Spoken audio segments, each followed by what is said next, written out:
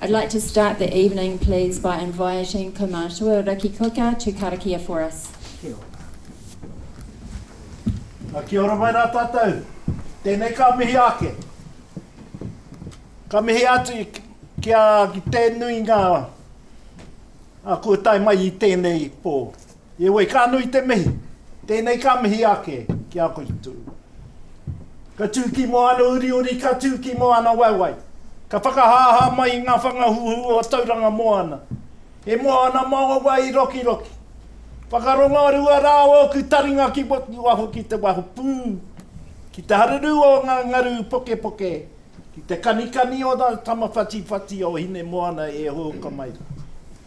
O māua o te maunga tīpua. Te manawa o ngā iwi I taka mai nā wakatapu o mā tātua tāki timu. He oi, tēnei ka mihi ake ki a tātua o te piri rākau.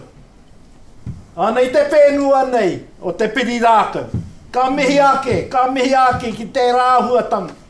Te āhuatanga, te whenua, o ngai te rangi. Piri rākau, tēnei ka mihi ake. Ka mihi ake ki a koutou rā, tēnei pō. Te kaunihera ki koutou rā, tēnei ka mihi ake. Te mahi e mahi ana I e koutou, tēnei pō. E oi, me timata pai tā tātou pō ki te karakia. E te atua.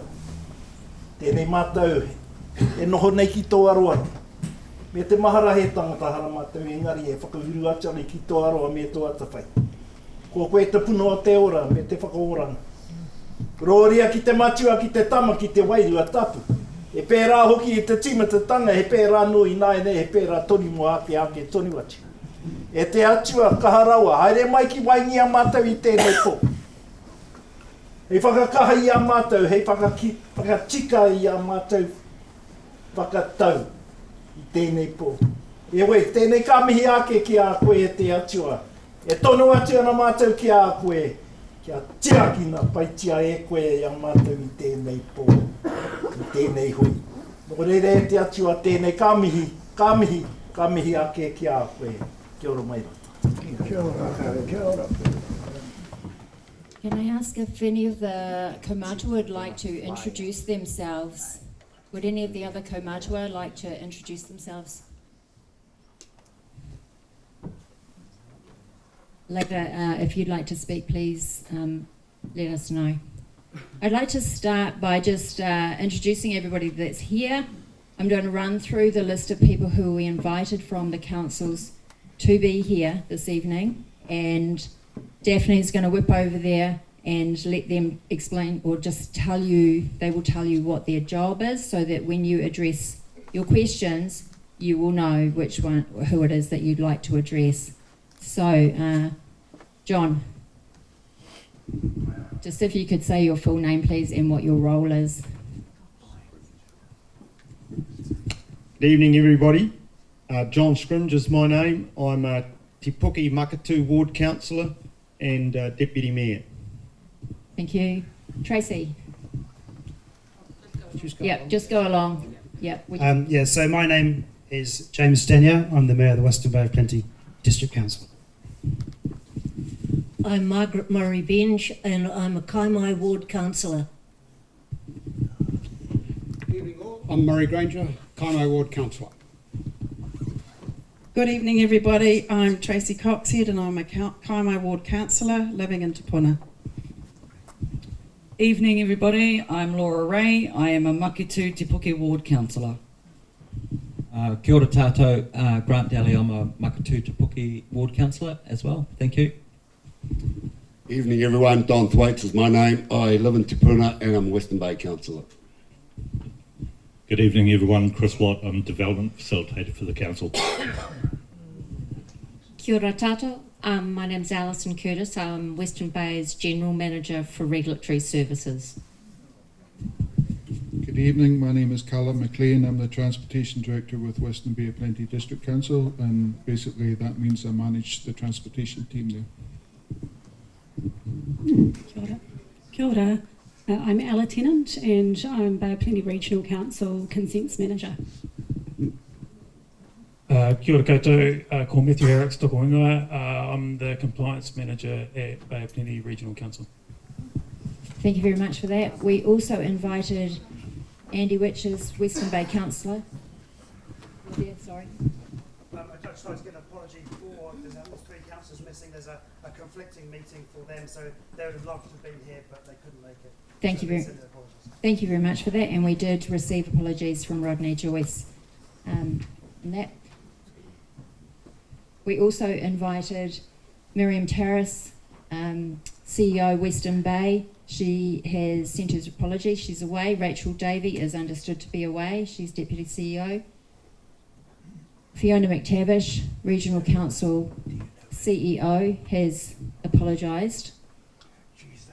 Reuben Fraser has sent other people to stand in his place. He is Regulatory Services Regional Council.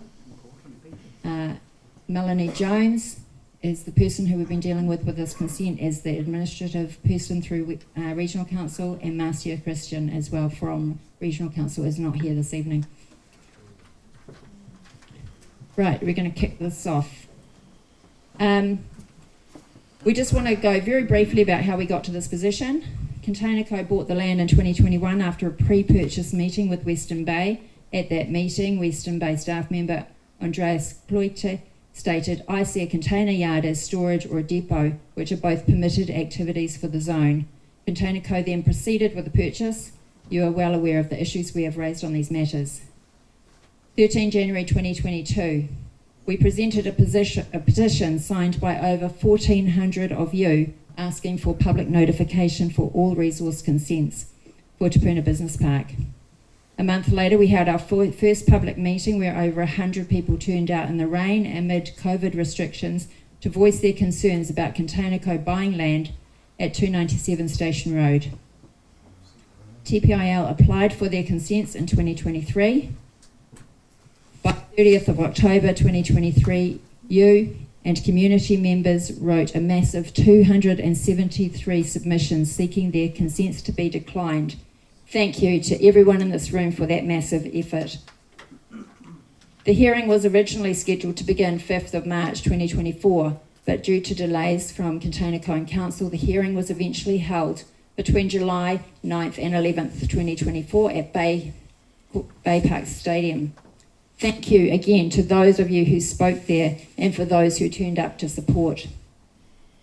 That hearing was adjourned as the commissioners felt that the applicant, TPIL, had not provided enough information to make a decision. They were sent away with specific questions to answer in detail. From here, once those new TPIL expert reports were submitted, those of us who had spoken at the hearing had the opportunity to respond to the new TPIL documents. Council officials from both councils then had their opportunity to respond to those reports. Regional Council recommended in those reports that the consent be granted.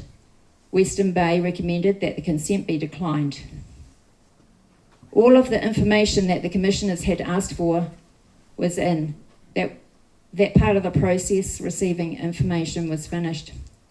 Then June, just 4 weeks ago, Western Bay changed their consideration of effects for road safety to less than minor in a supplementary S42A report response to additional information on roading that they provided at their own initiative.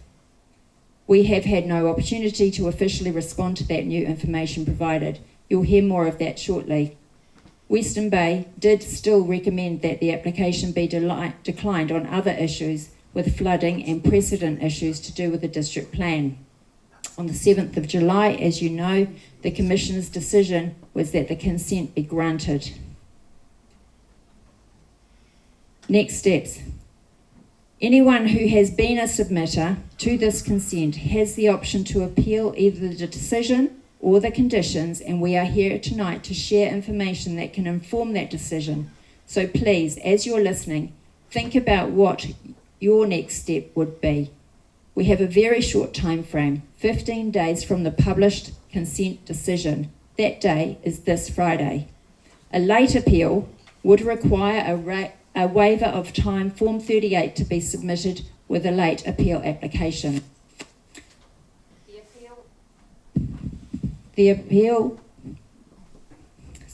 The appeal would cost an unknown amount at this point. If Priority Te Puna were to appeal, we would need funding towards legal costs. Please, as you listen tonight, consider if you would be willing to contribute financially to the legal fund. If you're in a position to do so, please find us after the meeting. So, down to a few key factors that many of you have raised and how we will structure this evening. We will initially hear from Julie Shepherd, Senior Environmental Planner for Containerco Tribal Authority, to put this development in context with other pending impacts on Te Puna. Then the Priority Te Puna Committee will put 5 questions to the relevant guests. Following that, we will open the floor to general questions from you and comments, and time will be limited for that, but we will do our very best to accommodate you all. Councillors will no doubt remain after the meeting closes. If you brought pen and paper, I suggest you take notes that you can frame your questions based on what you have heard during this meeting. We want to use this time to our best advantage. If at any stage you can't hear what's going on, please let us know. We want everybody to feel included in this meeting. There are clipboards being passed around the hall. If you're already a member of Priority Te Puna, there's no need to fill them in. You already get our email updates. If you're not a member, then we would really appreciate you joining us. That we can quote how many people that we are representing gives us oomph and weight in these processes. There is no cost to join. You are just putting your name to the cause, and if you are a member, then you get updates at every stage of the process so you can keep your finger on the pulse. Please write clearly. We don't have time to chase you up if we can't read what you write. Now I'd like to introduce Julie Shepherd, Containerco Tribal Authority.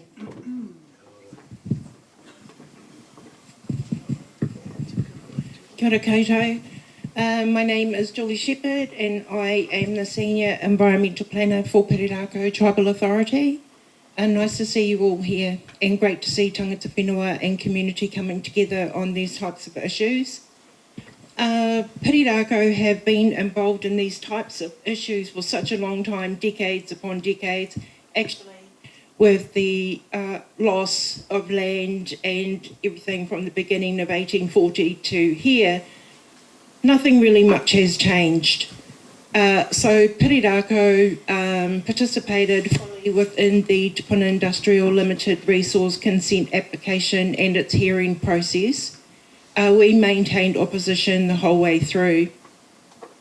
Where we've come to now is a decision which often, more often than not, is always in the favour of the developer or the applicant, and we are at a crossroads here in Te Puna.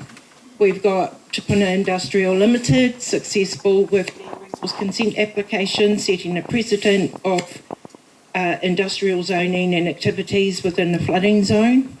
We have a proposed private hospital just up at the commercial area here, which half of the site is zoned commercial, half of it is zoned rural. The discharge is clinical types of discharge.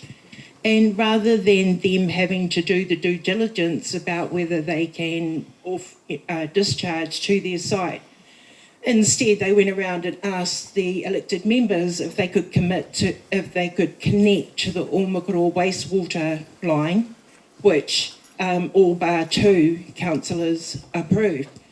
And then we now have Western Bay Planning District Council entered into a regional deal with central government, and the next thing on the agenda is spatial planning for Te Puna and the Minden. And what will that look like? Does that mean the unlocking of urbanisation? So because Containerco have participated in these processes for such a long time, we have begun to enjoy our relationships with community, but those are some of the things that we all have to be mindful of and participate in.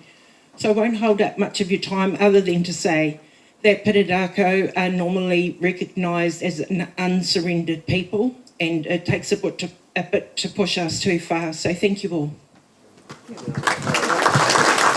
Thank you very much, Julie. Sarah's going to jump up here and say a few words. Good evening, everybody. I'm Sarah Rice. I'm Secretary of Priority Te Puna. I'm going to start off the questioning to our guests. So my question is a bit long-winded to start with because it explains a little bit about the situation. So up until the 17th of June 2025, Western Bay of Plenty District Council Planning Officer Heather Perring had recommended that the application be declined due to her opinion on more than minor effects on transport safety, stormwater management, cultural effects, and the proposal being contrary overall to the relevant objectives and policies of the district plan. In Heather's supplementary 42A addendum on 17th of June, she advised, having considered the effects of the proposal on a holistic basis, I consider that overall the effects are no more than minor. Accordingly, the application now passes the first gateway test under the first S104D, i.e. effects that are no more than minor. So, although Heather maintained her recommendation that the application be declined, she weakened her argument for that massively by reducing her objections on traffic and roading.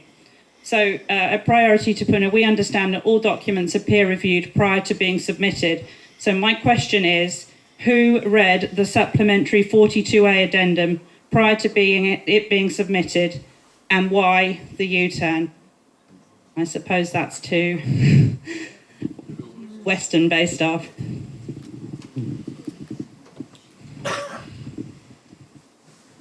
Thanks for the question, Sarah. So in terms of the peer reviewer, that was undertaken by Council's Environmental Consent Manager, Natasha Ryburn. So Natasha's not here today, but happy to answer that question from the floor. So Natasha has recently taken up employment with Hauraki District Council. So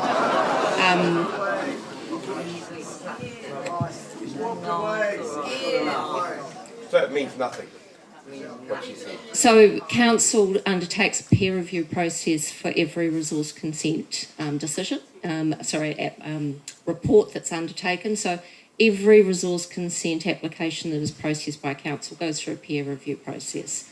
So that is either one of our own planners or one of our consultant planners. So whilst Natasha's not here, it is highly likely that any other member of staff would also have peer reviewed it in accordance with the same as Natasha did.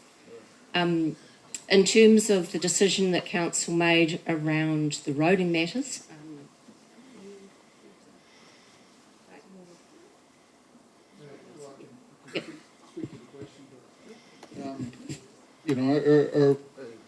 Our position, the transportation team, with respect to the effects of development on the road network haven't changed.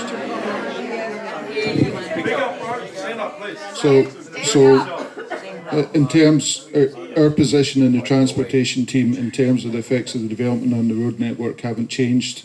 The only thing that changed was we decided to progress the development of the intersection improvements, as a council project. That's the only thing that changed between our review of the application and the consent being granted.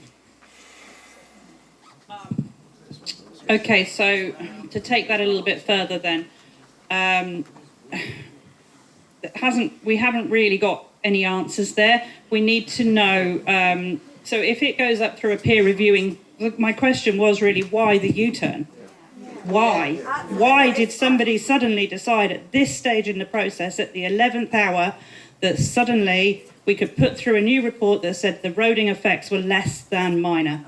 Money. Answer the question. 747 vehicles a day along Te Puna Road. Is that less than minor? No. Well, can you please stand up to answer the questions? Yeah. just out of respect.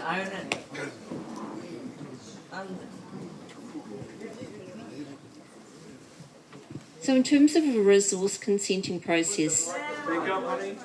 Up to your mouth. Close. Just making sure that's on.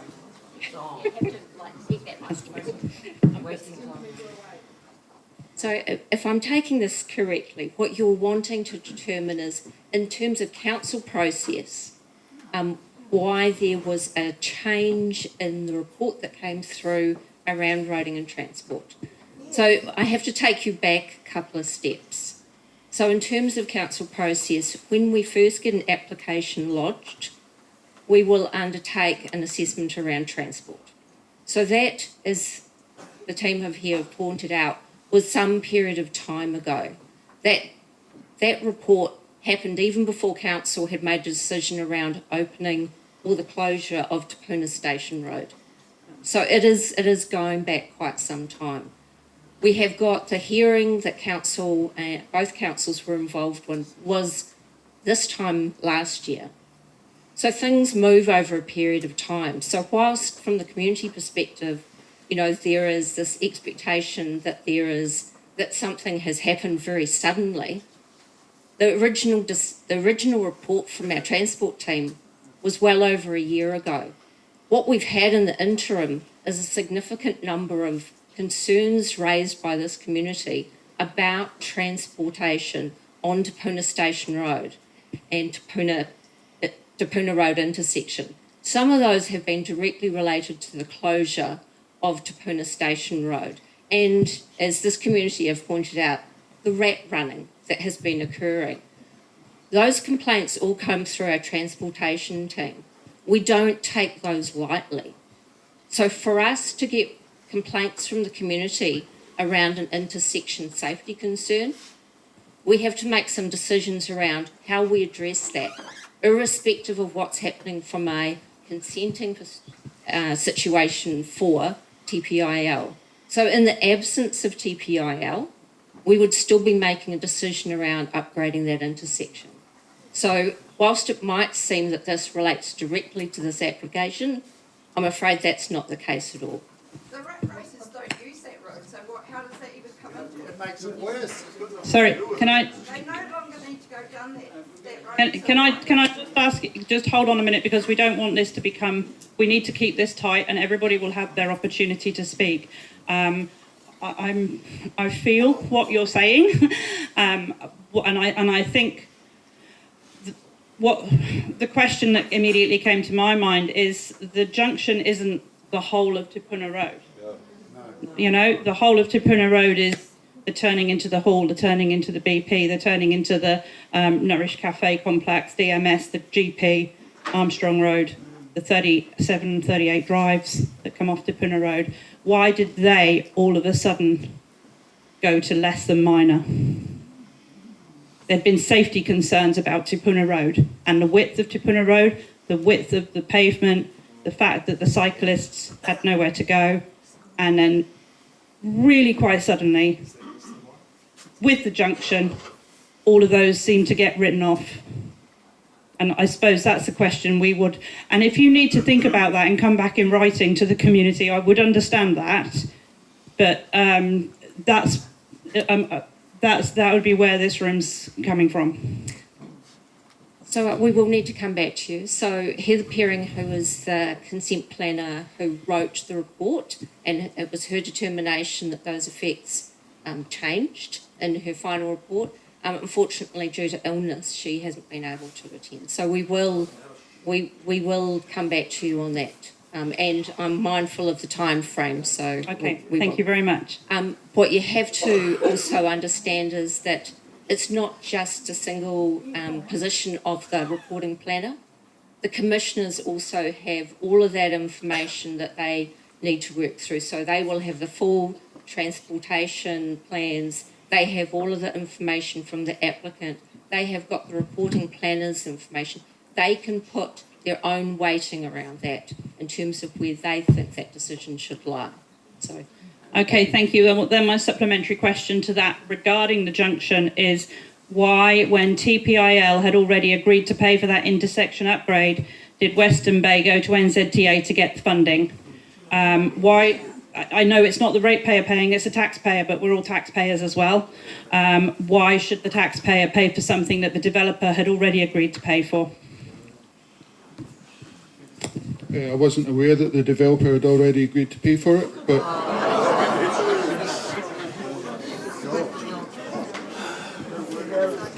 but to answer your question, the ratepayer, the taxpayer, still benefits from the intersection improvements. So even with the increase in traffic, two thirds of the traffic still belongs to the community. It's you that use that road. It's you that use that intersection. So you still receive the benefit of that intersection. Yeah. Okay, well, I think we will leave it at that, except for to make the statement that the developer has always been required to pay for that the whole way through this process. Since 2005, the developer has been required to pay for that junction to be upgraded. No, we'll leave that there, I think. Because a large truck is going to be slightly more impact than a number of cars. Trucks. All right, just to crack on, we can come back to all of these questions. Please make notes and write what you can. So supplementary to that, point 2117 of the district plan reads, unless provision is made for infrastructure necessary to support business activities to be funded in advance by developers and the costs fully recouped in an efficient and equitable manner, such infrastructure may not be provided, therefore preventing development from occurring. So the FinCo, which is the financial contribution that the developer has been told to make for roading, stands at just $302,878.32 plus GST. So this is not going to begin to cover the work required to make Te Puna Road safe or the junction, or to do anything to Te Puna Station Road. So what can be put in place to ensure that the developer and not the ratepayer is carrying the cost of the road improvements required? Well, the easiest way to get the developer to pay for the intersection improvement is for council not to go ahead with the intersection improvement project. Under the conditions of the consent, then if we don't award a contract, I think by the 1st of October, then the developer is then responsible for the intersection upgrade. Now, one of the reasons we decided to deliver the intersection upgrade is because we do want to do other work at the same time. Part of Te Puna Station Road is due for pavement rehabilitation in 2 to 3 years. Now, doing the intersection improvements at the same time as the pavement rehabilitation, it gives us cost benefits. So that was one of the reasons why we decided to move ahead with the intersection improvements. But I mean, if council was deciding not to go ahead with the project, then by default the TPIL developer would have to pay and do it. Would have to deliver the project. Okay, I think we'd probably like a commitment from people that we do everything we can to make sure that TPIL and not the ratepayer or the taxpayer pay for that. I suppose that is to the elected officials. Would that be right, Callum? Is that who would have to make that decision? Yep.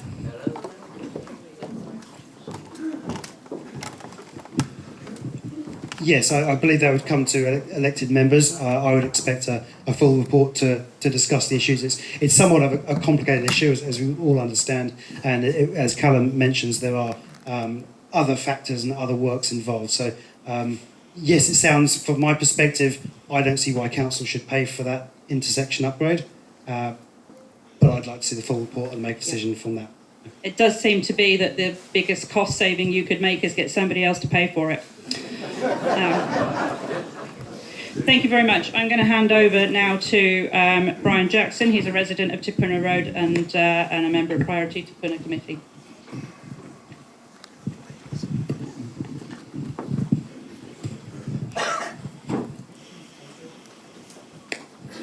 So I'm Brian Jackson. I live just down the road down here and have for the last 13 or 14 years. So I don't want to repeat what we've just been through, but my issue is very much with road safety. I've made the point before, there's 38 driveways between Armstrong Road and Te Puna Station Road, on Te Puna Road, including 5 orchard entrances, and 4 businesses. That's, I won't name them, but you can go down there and see. So it's not just residences, it's 4 businesses there as well. 45 letterboxes, and one driveway's got 6 letterboxes all to itself. So you can start to see that it's not just a rural country road, if I want to put it like that. It's much more like a city street in that respect. There's a lot of traffic coming and going into and out of those driveways during the day. In many cases, the sight lines are quite short, so limits the decision-making time that people have. And one particular issue is if you're going down to Puna Road and turning right into your property, you obviously have to give way to oncoming traffic coming down to Puna Road. And I can tell you, because this applies to us, there'll be a 50-50 chance when we want to turn into our property that we actually have to stop on the road and wait for the traffic coming the other way. Now, that opens us up to the risk of somebody hitting us from behind. And as the traffic increases through TPIL's development, and I won't get into all the numbers of how many big trucks will be and stuff like that, it simply means that the risk is substantially increased. And we have no choice. You can't go to the left of the road and wait there. You have to stop in the middle of the road. So this is a real risk, and it's going to be a growing risk as the traffic goes up.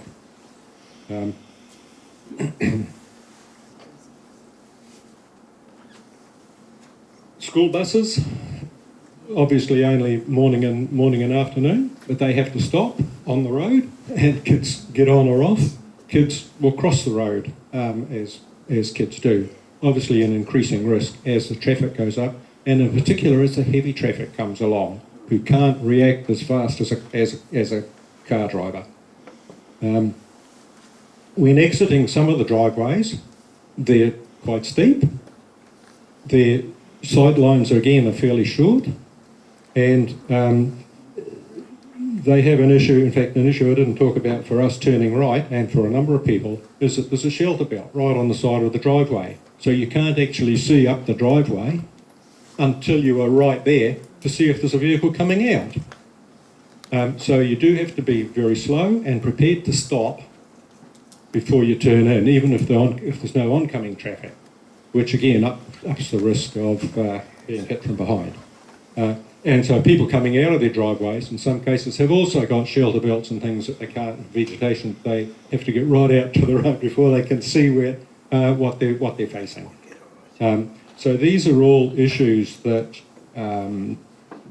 we face, and obviously with the increased traffic and particularly the heavy trucks, it's going to get worse. So my question to the council is, what are you going to do to keep the residents and visitors? It's just to distinguish, we can't understand the situation, but visitors coming to our place don't. They're either, plumbers or sparkies or family or somebody like that. And so they're at even a greater risk of being caught unawares and being hit. So what is council going to do to keep us safe on the road, particularly with the increased traffic that we're going to face?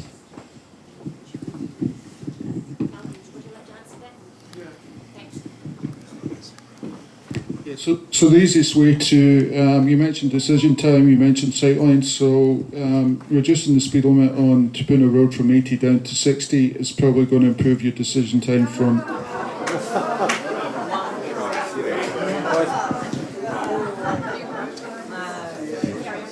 Yeah, so all I can do is answer the question. If you don't like the answer, then I mean, there's not much I can do about that, but at least give me the chance to answer the question first. So you mentioned decision time, you mentioned sight distances. So if we reduce the speed limit on Te Puna Road from 80 down to 60, then that will improve your decision time by about 3 seconds. It'll go up from about 4.5 seconds up to about 7 seconds. So it's probably too late in the year for this council to look at changing the speed limits. Focus at the moment is on variable speed limits outside schools, but the easiest way and the best way to improve safety on Te Puna Road would be to reduce the speed limit, probably 60, but 50 would be better. Yeah. Can I just ask a question which I think you're probably all thinking? So this is a rural road. Are we adjusting the speed limit because TPIL just got consent? Well, we've just heard from the gentleman that it's not a rural road. So we just heard that it's not a rural road, it's got 45 entrances. So you either treat it as an urban road and reduce the speed limit, or you treat it as a rural road and accept that the speed limit is going to be higher and that your decision times are going to be less. So you can't have it both ways at the end of the day. Okay. I think that a lot of you will have questions when we come back. We're just going to work our way through these 5 questions. We'll let Brian finish up for a second, but your time will come.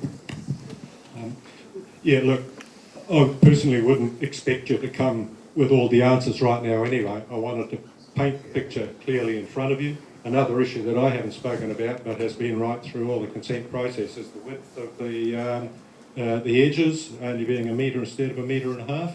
But even if you took it out to 1.5 metres, that's still not going to give us an opportunity for people to pass us on the left while we're sitting there waiting to turn right. So speed limit, for sure, that's something that can be thought about, but it's also the road design, the road width, and stuff like that. So we'd love to see some written response coming back in a sort of a thoughtful plan, a detailed plan, relating to that reality with its corners and hills and stuff like that.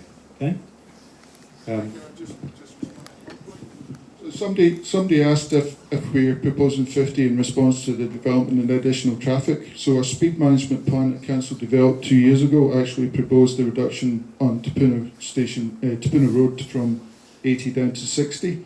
So that is something that council considered long before this development was even close to getting consent. So to answer your question, no, it's not in response to development getting consent. Then, yeah, like I say, we'll leave this now. We want, if we could see a thoughtful design, considered response coming back, speed, one issue, width, corners, all that sort of stuff, then that would be much appreciated. Okay. A few supplementary questions came along, and briefly mentioned earlier, the turnings into BP, Nourish, the doctors, the DMS up there, and that whole commercial area between the roundabout and Armstrong Road requires a full safety review. Will you commit to that before any other work occurs? Probably just for context, from our planning perspective, when our commissioners are looking at the decision for the resource consent, they can't put conditions on activities outside of that applicant's property. So there has been some matters that we've been looked at through the transportation assessment where there has been agreement from council to actually do some works and look at some of the issues that have been raised through submitters. They aren't a consenting matter. So whilst we can address them to staff here at the moment, they fall outside of that consenting environment. So I probably want to make sure that if you're looking at trying to resolve those issues and trying to include them as part of the appeal process, they sit outside of that. Yeah, I think that's accepted, obviously, but the issue still needs attention. I'd just like to say there is such a term as the receiving environment. You people are the receiving environment. Okay, next supplementary, new pavement has just been built out here on the side of the road in front of the hall. We thank you very much for that. And we know that staff from the daycare centre park in the hall car park and then carpool to go to the daycare centre across the road. With an additional 125 vehicles per hour, what are you going to do to make it safe for a pedestrian to cross Te Puna Road and to get from the 4 Square to the Nourish complex?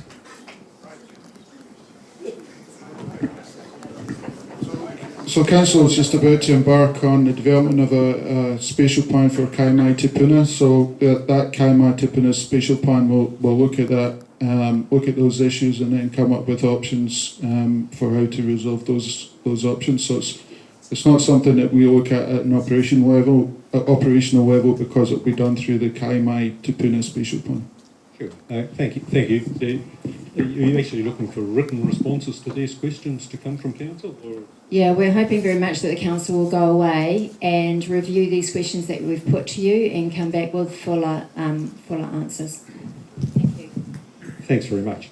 I think the final one from me, the noise and vibration of large trucks using our road can be lessened by resurfacing as a bitumen road. This is the least that Western Bay should do. Will you commit to that?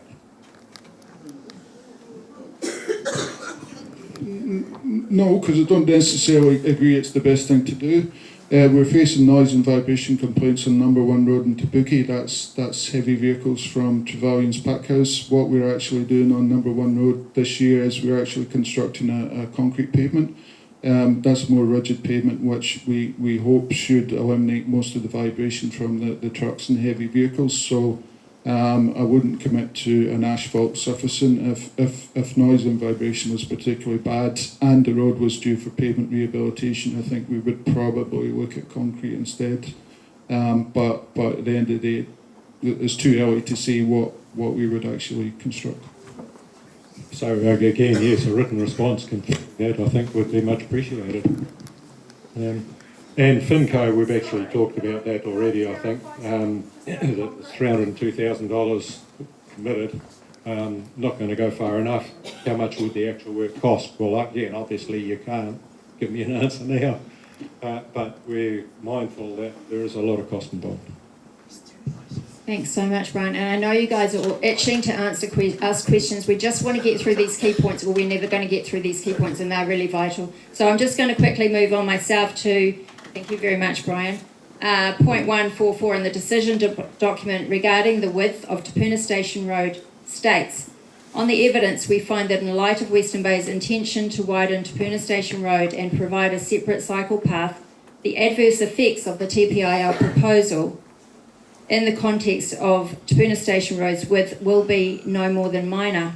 At the hearing, when asked, Ms. Pearing told the Commissioners that at present there was no intention to widen or create a cycleway on Station Road. It is not cited as a project within the district plan.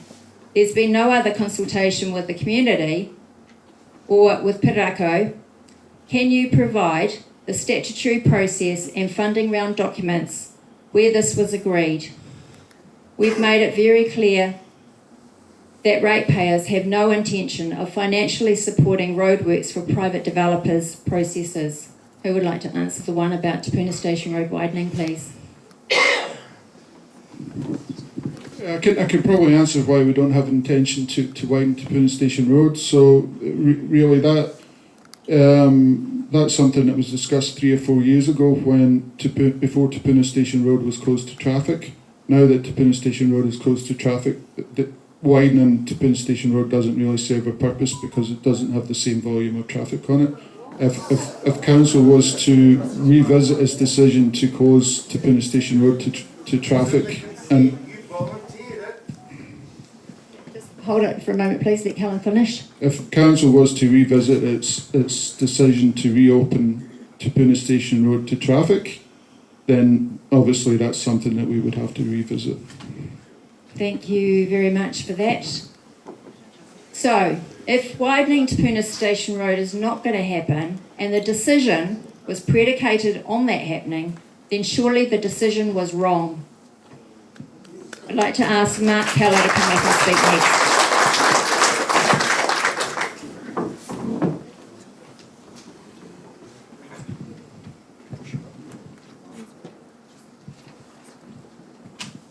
Hi, I'm Mark Keller, member of Priority Te Puna. This is a question that needs answering by Western Bay Council and Regional Council. Amokara and Whakamara have an administrative coordinator funded by Council to support community groups. For them, this is Leonie Carney, We need this for Te Puna now, bearing in mind sorry guys. We need this for Te Puna now, bearing in mind the poor history of monitoring, compliance management and record keeping for both regional council and district councils. We want to have a clerk of works oversee the entire development. This clerk of works must assess the schedule of works and the conditions and ensure 100% compliance. They must meticulously file all the documentation and communicate with Hapu and the community. They should also monitor the money that is to be paid as per the conditions to council and to Pūrākau for monitoring. There is a long history of council not collecting money that is due to them from developers. This must be different. The complaints file that TPIL is required to keep needs to be monitored and assessed and kept on the property file. The community and Hapu must be able to access all records on request. This question needs to be answered by both Western Bay and Bay of Plenty District Councils, Regional Council. We have a particularly low trust model with the Bay of Plenty Regional Council, who seem too busy to be worried about anything that happens in Station Road. Well, the Bay of Plenty Regional Council and the Western Bay of Plenty District Council commit to a clerk of works who manages and communicates with all parties, including the community. So can I pose that to the Bay of Plenty Regional Council first, please? Kia ora, yeah, Matt Harricks, Compliance Manager for Bay of Plenty Regional Council. So we will have a compliance officer who's dedicated to this site and looks after all compliance matters. So we've got the stormwater consent, 2 stormwater consents, temporary stormwater and a permanent stormwater consent, and the earthworks consent. So we've been discussing with Western Bay about the opportunities to provide a coordinated compliance approach where we can have a single contact, email contact, where you can send those matters, send any issues through to them. There are some things we can do in terms of providing documentation in a portal. Also at the moment, our consenting information is available online, so we can probably set up something along the same lines for compliance information that's available for people to see as it comes through and the reports that they come through. So we can have those discussions about how we can set that up.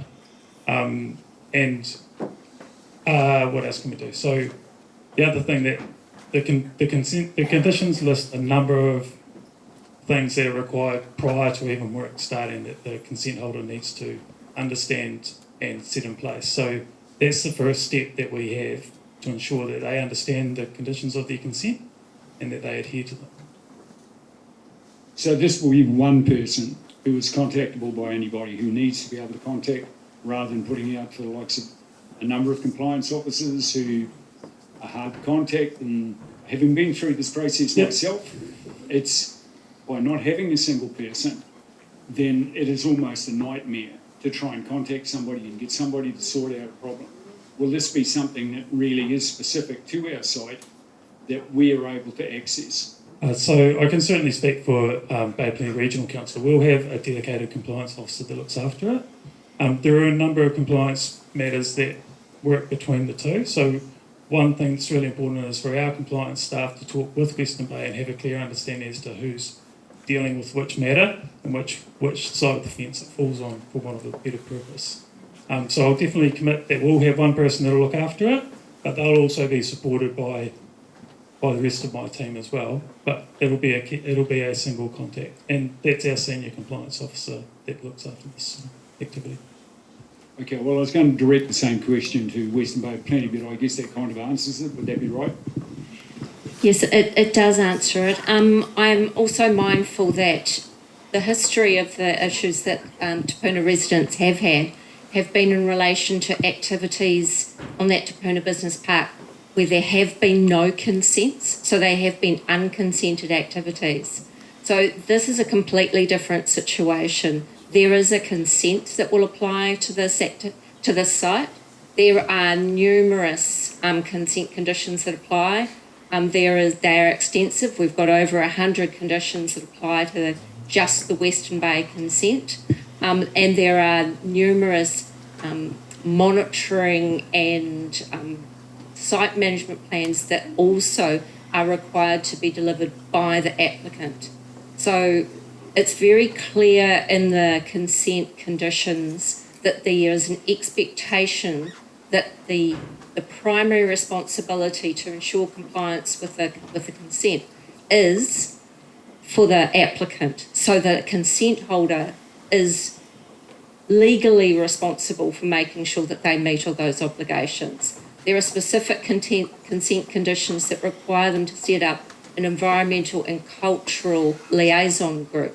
There are consent conditions that require them to have a complaints register, and that information must be shared with Western Bay within a specified period of time. So we are in a completely different environment from a compliance perspective than what this community has experienced with the previous operations on those sites. And we will dedicate an officer to be that first point of call. We have already started engagement with Regional Council around coordinated approach. The conditions that apply to those consents are interweaved. There is preconditions to undertake certain works before the next step can start. And those relate to the works that happen for earthworks, the site requirements, and then there is the conditions that apply specifically for when the activity is up and running. There is a 2-year period for them to do earthworks. So there is a lot of interweaving in terms of the requirements that that consent holder has to have and be able to demonstrate to both councils and to the community over an extended period of time. So it is a completely different environment that they'll be operating in. Well, I have a supplementary question to that. Is that would you commit to noise monitoring equipment that's permanently mounted on the boundary? Our current experience has been that you've only got a couple of, Western Bay, to our knowledge, you've only got a couple of noise monitoring equipment setups, and that's not readily available. So when there is a noise that needs monitoring, it's not available.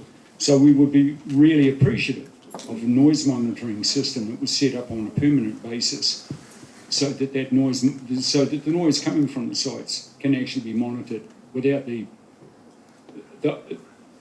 horrible process of trying to get a consent officer or a compliance officer to find a piece of equipment to come and measure the noise, and then it's done and dusted, so the complaint doesn't land.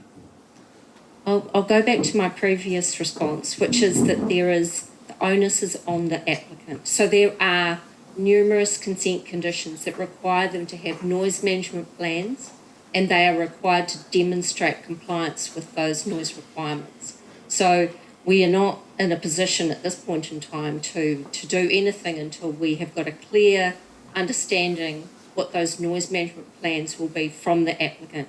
It might be that they voluntarily put into that noise management plan that they are going to have a 24-hour monitoring that applies to that site. So at this point in time, no, we can't provide that assurance, but we understand your concerns. Thank you very much for that. I think that one of the reasons for asking this question is that there needs to be certainty in the community, and nobody wants to sit here for another year, 2 or 3, wondering how the noise management is going to be done. So if we had a clear commitment for a noise monitoring equipment at boundary, that would at least give some certainty. There are people living with a huge amount of uncertainty in this community and are unable to plan their future moves because of this uncertainty as to how this will be managed. So some commitment, if you could go away and think about it, would be great. Thanks so much. Here's Julie, just wants to say something. Thanks. So the question that the speaker was referring to, Murray, is you might have a bit more insight into what that was.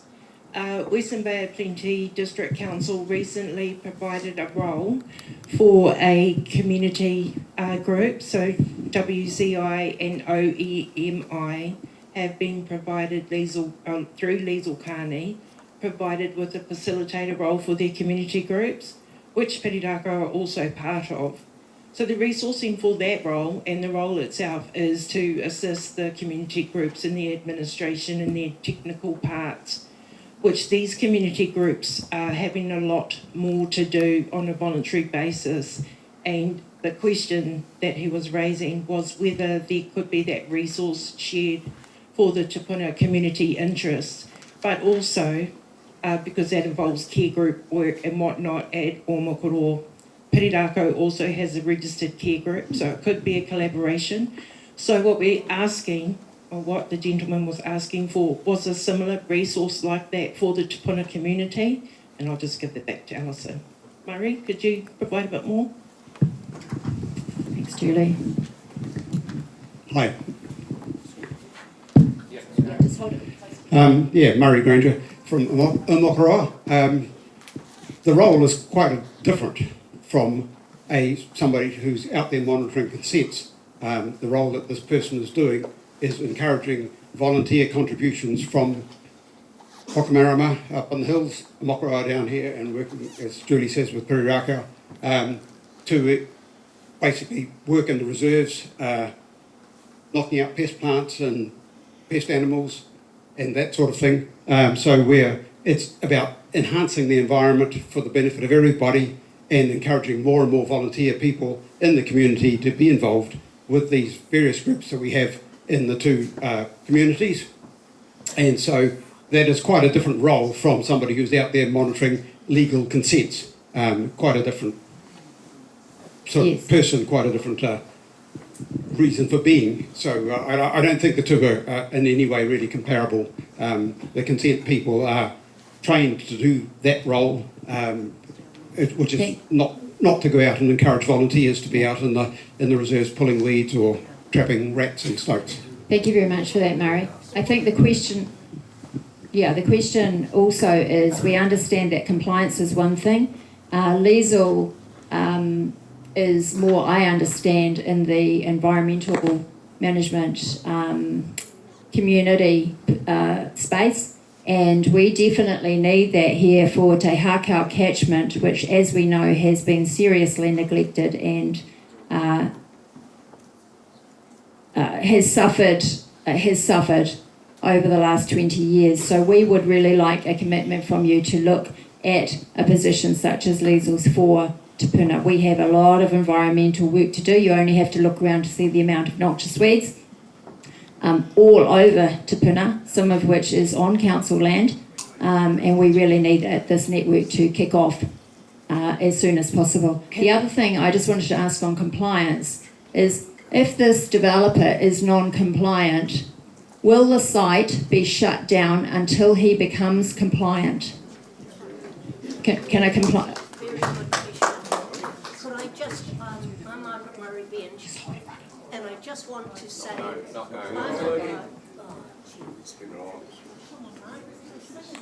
I'm a resource management commissioner, as is James, as is Murray Granger, as is John Scrimger, as is Grant Daly, and we cannot participate in the hearing process because we know too much. We're familiar with the area, and yet the system today does not allow us to participate. So we are very dependent on our staff. And for Alison Curtis, she is a great care person, and she will be the key person for you to contact and be responsible for making sure that the answers you need tonight are delivered. If you look at Te Puna Station Road, we councillors found under the previous mayor that we had Mr. Daniels doing all sorts of work, but no resource consent. Then we had piles of concrete coming up, and no matter what we said, nobody seemed to know anything about it or do anything about it until he eventually had to put in a resource consent, and he failed. So I'm very frustrated, Alison, because we find that we know what's wrong with Te Puna. Te Puna Station Road needs work done on it. Te Puna, and if we opened, you've heard from Callum tonight, if we opened Te Puna Station Road, then we would look at widening I'm sorry, I the road. have to interject right there. We are not here to discuss the reopening of Te Puna Station Road. We are here specifically to speak about the TPIL. Thank you very much for your comments, Margaret. I'm sorry, but we've got to move on. I'd just like my question answered. Just remember, I'm sorry, Margaret, I'm sorry. I just want to reiterate my question. If this site is non-compliant, will it be shut down immediately until it is compliant? No is the answer to that. So if the site is non-compliant, then we'll give direction that they need to come into compliance. It's very seldom that what we require them to do means they need to stop works completely. So, for example, if they're doing works and they're causing sediment to run off the site, then we'll direct them to stop works and fix that and put in appropriate sediment controls. That's from our perspective. Okay. I don't want to give a false impression that as soon as there's non-compliance, this site will be shut down, because that's not the case. That's not how we do compliance, and that's not how it works. Okay, thanks very much for answering that. I'd just like to revisit compliance issues generally. I'm sure that the whole community is aware of the lengthy process to get sites into compliance that we have experienced to date. And I don't think that we have any appetite here for for perpetuation of that process. I'd just like to hand over to Diana Honeybone. She has a question.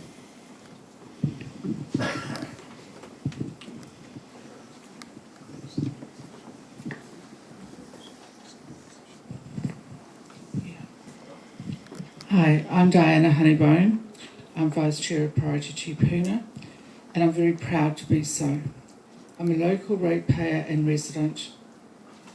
Commissioners have laid down conditions relating to land elevation development, height, landscaping, planting, stormwater management and noise control.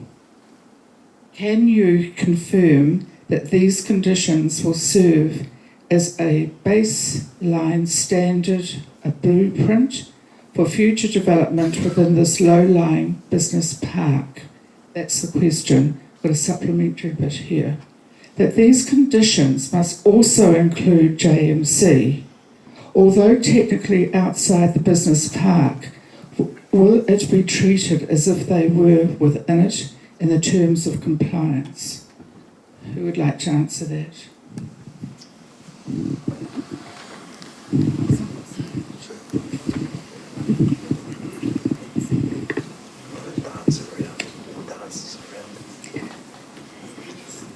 So as I indicated earlier, every resource consent application applies to a specific site.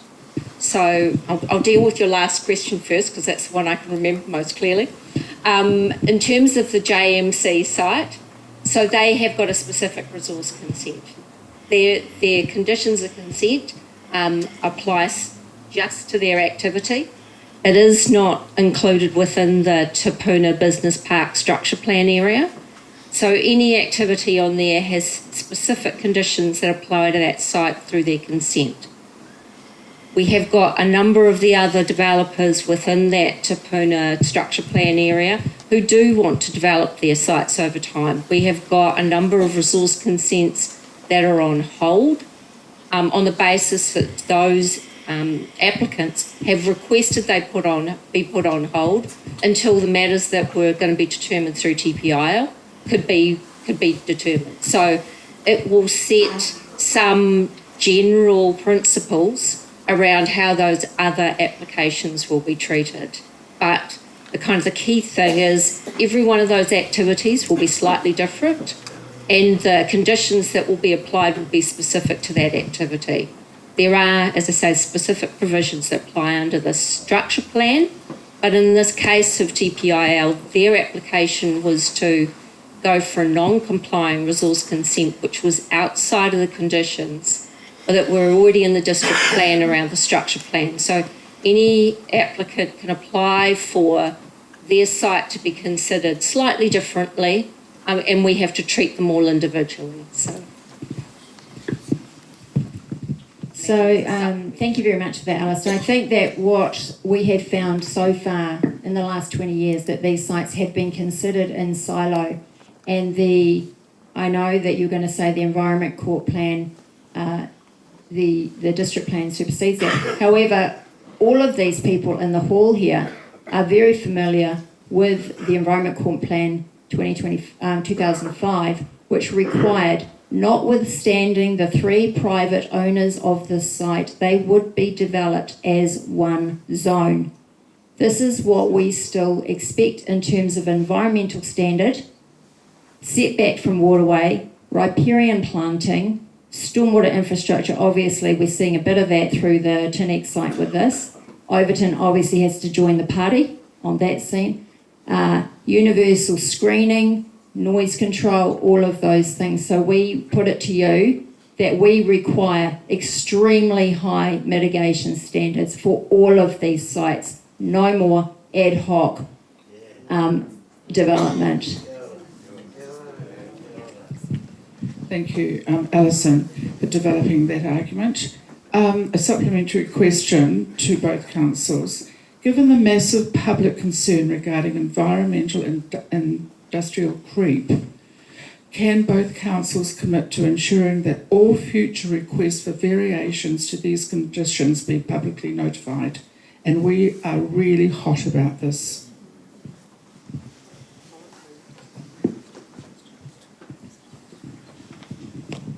Kia ora, Lieutenant for Bay Plenty Regional Council. So there is at the moment a specific provision in the Resource Management Act that says when there is a variation to a consent that we must specifically consider what the effects would be on any submitters to the original application. And it depends really on the scale of what the changes are as to whether it would be notified or not. It has to go through the tests in the RMA. So as Alison said before, things do have to be considered on a case-by-case basis. We can't make a commitment that we would notify something that's inconsistent with what the RMA requires us to do. We do have to follow those tests. For very minor changes, they may not require notification, but there certainly is that in the Act that gives specific consideration to any submissions on the original application. District Council. We'd agree with that approach. It's the same for District Council as a regional, same legislation, same process. Let's hope the new RMA alters that, because we're sick and tired of creep. You think it's minor. Can you please describe and what is less than minor or minor, please? We just do not want to see another container put on another container without us knowing, for example. Yes, in terms of the effects, the sort of hierarchy of effects, you have essentially more than minor, which can be a significant adverse effect on a personal property or the environment. Then you come down to minor and then less than minor. It's a fine line, and it's not an absolute to say that when you hit a certain threshold or a certain area or a certain scale that it tips from one to the other. And it depends on the activity. For example, a noise value of 60 decibels might be okay for one person, but 63 may not be for another, and there may be a switch to when it's considered minor or less than minor.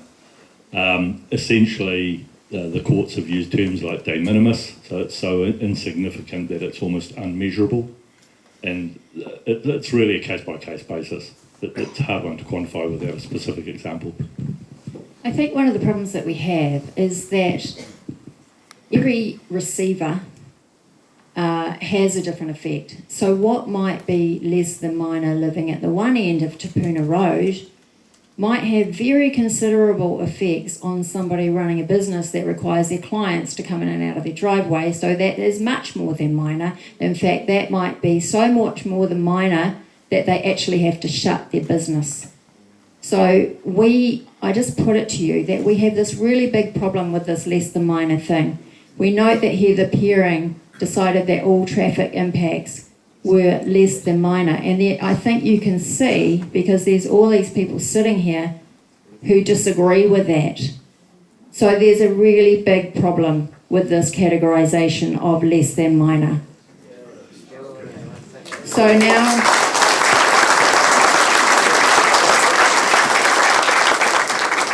Right, now we're going to open up to the floor, and you've been very patient, so thanks very much for that. I would ask that your questions are very succinct, and we have to move through the hall very quickly. Thank you. I've just got the microphone, so I'm going to be handing it to you. Sarah and Alison, and your committee on Priority Te Puna, you've done a fantastic job with running this project thus far. And I think we should all applaud you for the fantastic effort that you've done.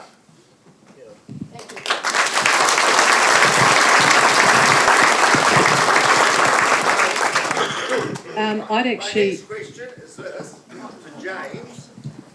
James, given that it seems inevitable that the traffic of 747 trucks are going to go trundling down Te Puna Road, will Western Bay give an undertaking that they will maintain Te Puna Road, Station Road and Clark Road, because what's going to happen, everyone north of the Station Road are going to do what Don Thwaites refers to as rat runners, because we don't want to be going trundling behind a whole lot of trucks along Te Puna Road.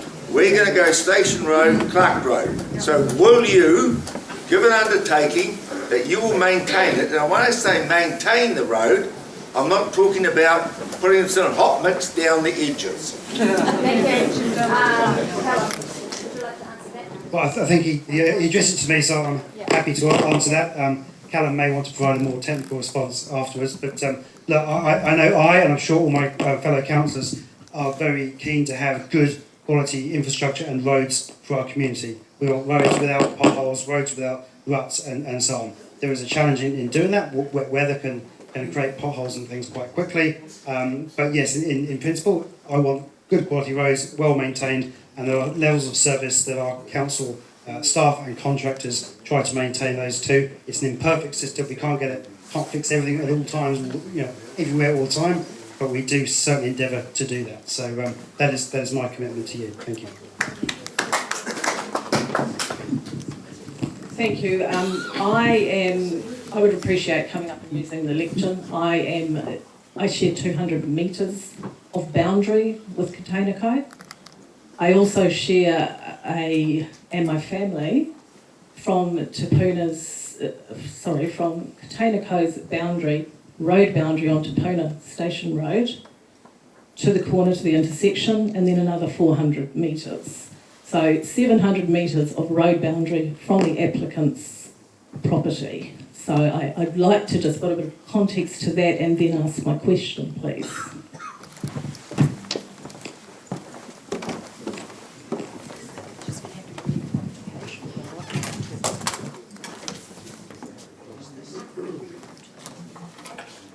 First of all,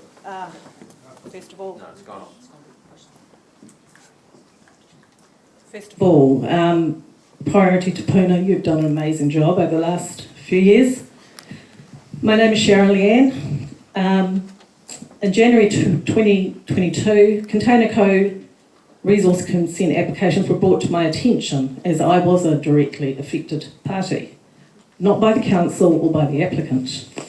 I immediately sent an email to all Western Bay councillors, the Mayor, the Deputy Mayor, the consents team, and also the consents team of Bay of Plenty Regional Council. I advised that my property was the one most directly affected by the resource consent applications of Containerco, as I share the northern boundary of approximately 200 metres. At no time was I consulted, re this consent, or any planning application, in particular the land use 2522, which was headed re-approval of potentially affected properties. In that application on page 40, it stated that my home is the closest protected premise. My email stated I had deep distrust with the applications to date and felt that Containerco was not acting in good faith. There was non-compliance of the Environment Court decisions of 2005 and numerous other concerns. I asked the recipients to confirm receipt of my email. Only one councillor had the decency to reply. Thank you, Margaret Murray Bench. 3.5 years later, I have not heard from anybody else, be it councillors, CEOs, mayors, deputy mayors, consent management team, traffic management, or the applicant Containerco. As I said, I share 6 driveways, my family and I, on Te Puna Road, and approximately 700 metres of road boundary from Containerco's property on Te Puna Station Road and Te Puna Road. There has been no consultation re traffic management, noise, lighting, transport, schooling, stormwater flooding, nothing. That's roughly 2/3 of a kilometre, as I say. Again, this is another example of council and developer failure in Te Puna, and no one coming to the table with clean hands. This lack of consideration led me to investigate, aren't councils meant to serve the public? Does my council serve me? And then that led me to the legislation of local government and Parliament of New Zealand statute law. I discovered there had been many breaches and contraventions of statute law by councils and CEOs. For example, all persons in New Zealand, including the councils, are subject to Parliament of New Zealand statute law. A maxim of law, or law is contract law, and consent makes the contract. New Zealand legislation states that councils are a body corporate, which requires a signed contract. Upon reading the Local Government Act 2002 and the Local Government Rating Act 2002 aside each other, it clearly states who the ratepayer is. The ratepayer is the CEO and the sole employee of council, therefore carries total liability for both civil and criminal actions and decisions. In 2022 and 2023, I started asking questions of the CEOs. I contacted 4 CEOs by registered post many times, asking questions including, are they bound by Parliament of New Zealand statute law? Again, no response. Silent acquiescence, tacit acceptance. I also have in hand a 216-page proclamation judicial notice, which was sent in August and September 2023. This proclamation judicial notice was served 3 separate times via email, registered post, and again by email on all CEOs of 78 New Zealand councils and the council receptions. It's filed and it can be found on the website publicnoticesnz.com. Looking under law, you'll see the proclamation. It proves contravention and breaches of Parliament of New Zealand statute law many times. To date, this proclamation remains unrebutted. An unrebutted claim stands as the truth.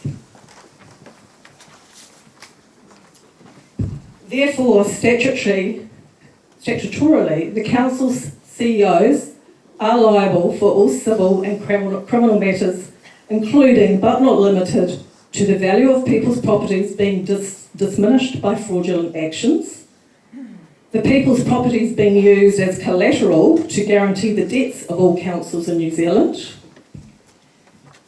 Statutorily speaking, fraud is evident.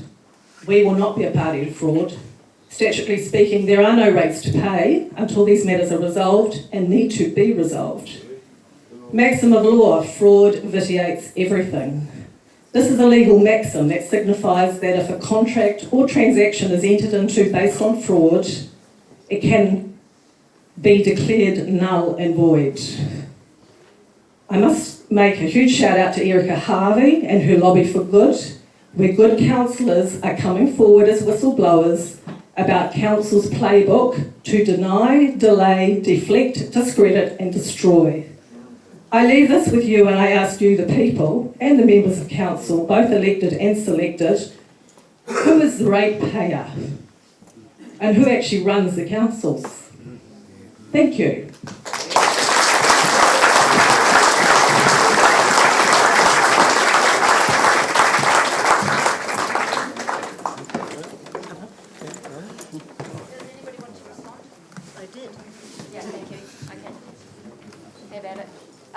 Next question, please. No. Can I jump in? Can I ask you, have you considered an appeal? Is that in your... Can we discuss that shortly? Marty. Good everyone, Marty Stevenson. Thank you for that. I too share a boundary with Containerco down there. They haven't once come to visit me, so I guess that's their intention in this community. I've got a list of about a dozen questions I could ask, but at the end of the day, what I would like is to be able to walk my 3 young kids to daycare, the kindy or the Foursquare safely. And Callum, we've met down here and discussed pedestrian safety, and we watched kids get dropped off by the school bus and dodge traffic across the road. And then up here, you talk about how serious you take safety concerns and you build a whole new intersection at the last minute. So what's the difference? My safety concerns, you tell me to put them in the spatial plan. Those safety concerns, you build an intersection.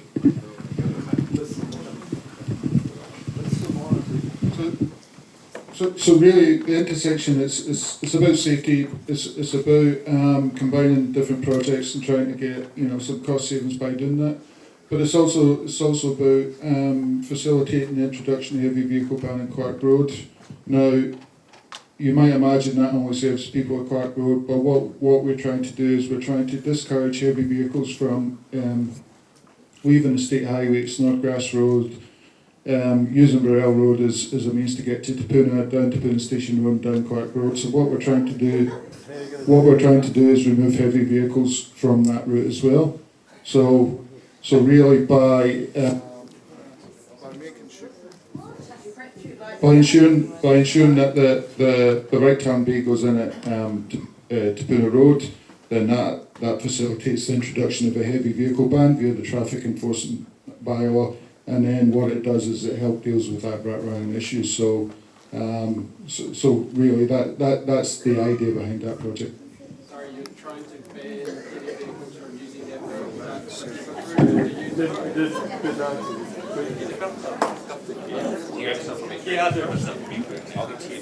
So you've just banned trucks on that one, which as a result allowed close to 1,000 here, and that's 700. Someone will tell me the number.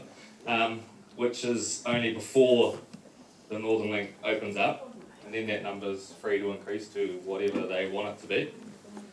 So when that happens, is this road classification going to close, and my dream of having some pedestrian crossings out here totally gone? No, I mean, we met with the community a few months ago. You expressed concern about the fact that there was no pedestrian path between Te Puna Road and the garage and the Foursquare, and what we did is we've just constructed a footpath. So what we're unable to do is we're unable to do everything at once. What we can do is we, if we can get quick wins like that footpath, then we'll do it. Ultimately, safety at Te Puna Road and other roads within Te Puna and Minden will have to be considered as part of the Kaimai Te Puna spatial plan, because that plan then basically that plan is effectively it becomes like the district plan. It then sets out council's vision for infrastructure improvements within the area, and then once that happens, then projects can be developed through the long-term plan. So to make safety improvements, you need to get money. To get the money, you need to have projects in the long-term plan. And to justify those projects in the long-term plan, they have to be identified in something like a spatial plan. So unfortunately, it's just a process that council has to go through. But where we can get quick wins, like the footpath, then we'll take those quick wins. 20-litre bucket of paint doesn't cost that much, mate, and it doesn't take long to do it either. Can we do it ourselves? Hello, my name is Michelle Sue. Excuse if my voice shakes, I'm quite passionate about this. But it really makes me mad when you say, in terms of noise and vibration, that it's too early to see how that goes. But surely a road is a road and trucks are trucks. Surely this is not the only road that will have so many trucks and vehicles coming through. Are there not other councils or other roads that you can find examples of what kind of roads you can put down to eliminate these kind of vibration and noise controls?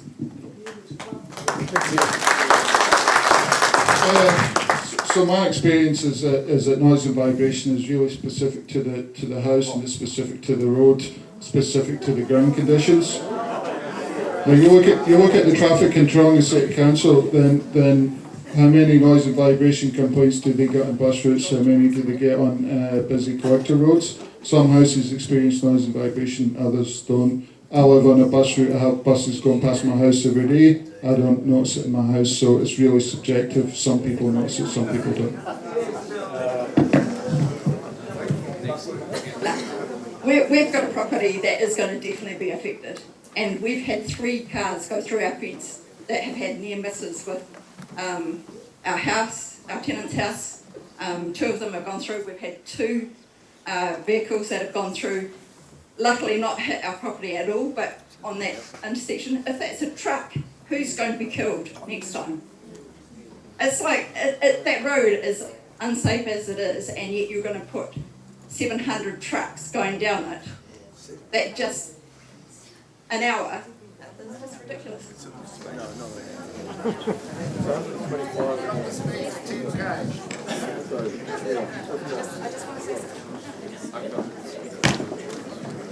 I just want to say, I was told yesterday by someone that a consent has to be functional, let's say, for the entire length of that consent. So what we're saying is the infrastructure that's going to support that activity has to work for the next 50 years. So as you have all pointed out, there's a couple of more sites down there to be developed. So you guys are talking those traffic numbers, just think on that.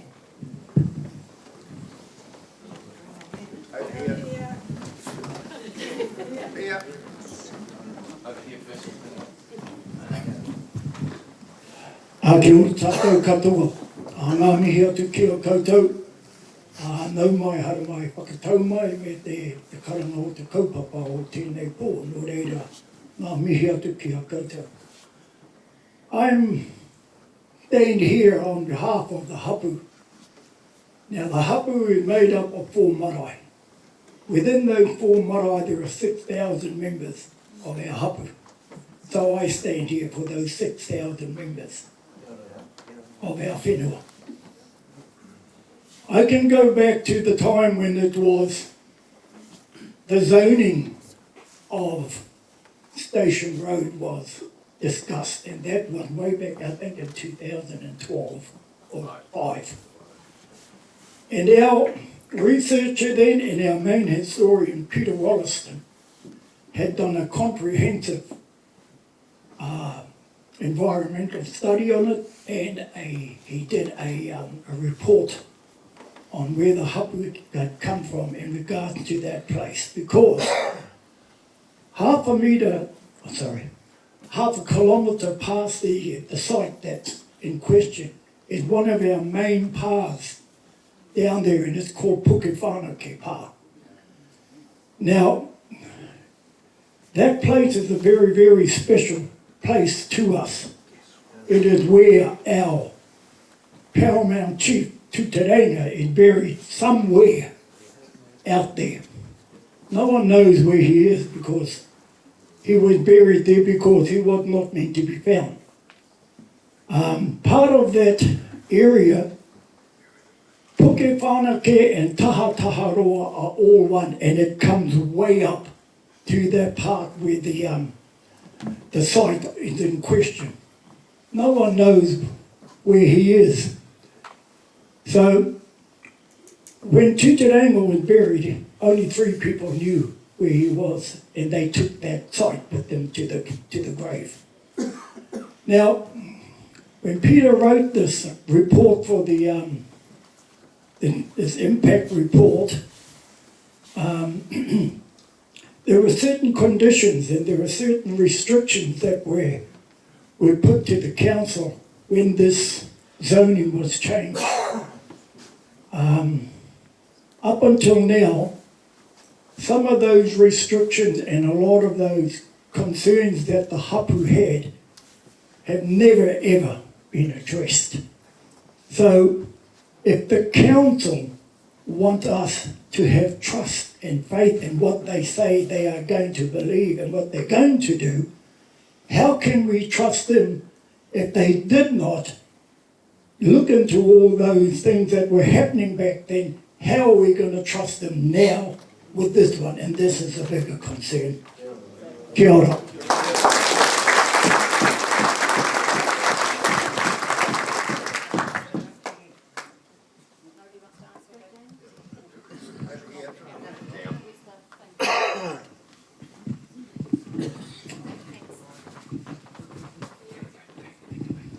You know, I mean, 2005 is a long time before my time as elected official, but I realised that council over the last 20 years has lost the trust of many of you in the community, and it's my intention to win that back. And we need Well, I'll do my best. And part of that is making sure, as our staff have said, that making sure that conditions are met for the consents. That has not been achieved previously for a number of reasons, but that's the standard I want to set to help win that trust back. Thank you.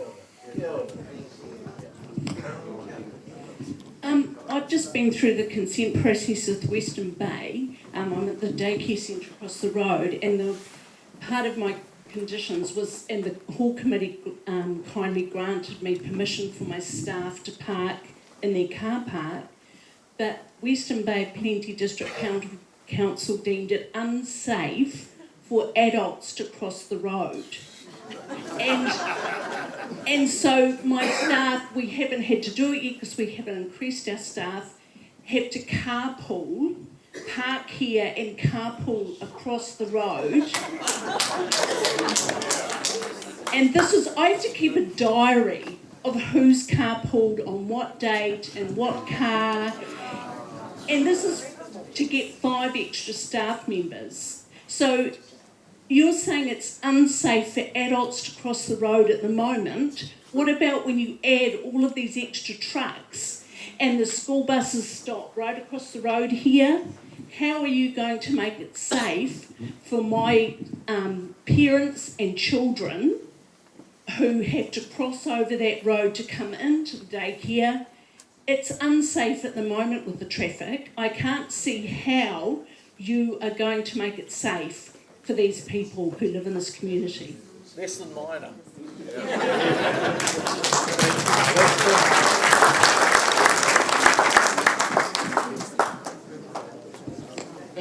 No, I agree. It's unsafe. There's not a footpath on the opposite side of the road, so it's not safe for pedestrians to cross. Like I say, it will need to be addressed as part of the Te Puna's spatial plan process, and then we'll need to receive funding to do safety works.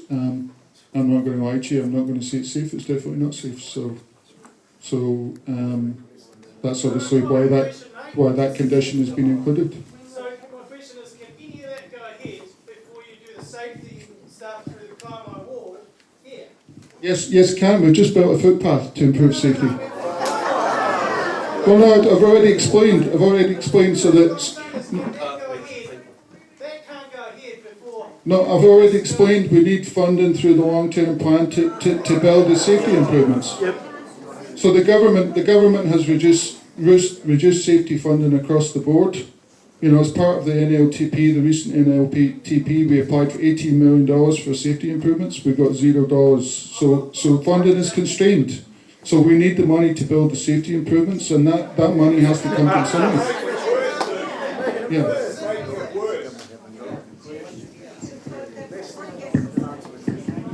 Less than minor. It's less than minor, remember that.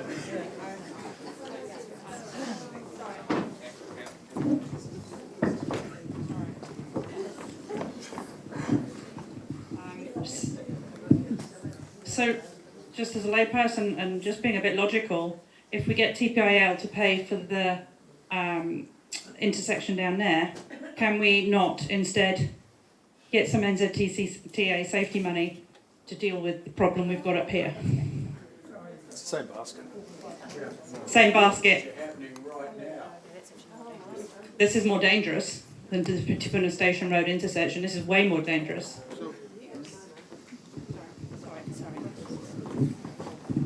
So the current government has made a decision to basically slash safety funding. If you read the GPS, you can see the current government has made a decision to slash safety funding in order to fund maintenance and renewals. You approved it beforehand. You knew it was unsafe. So ultimately, we can apply for funding. We can apply for funding, but there's no guarantee that we'll get it because it's not a priority for the current government. I'd just like to make a point that seems a bit logical to me, and that's if our roads aren't safe for this traffic, then why are we consenting additional heavy truck and trailer units on it?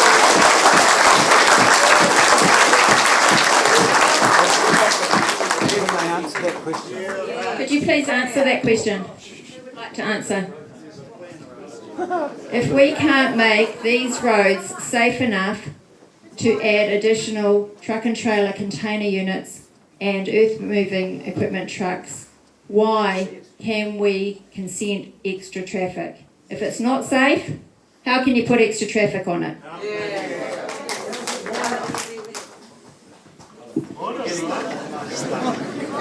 Think about it.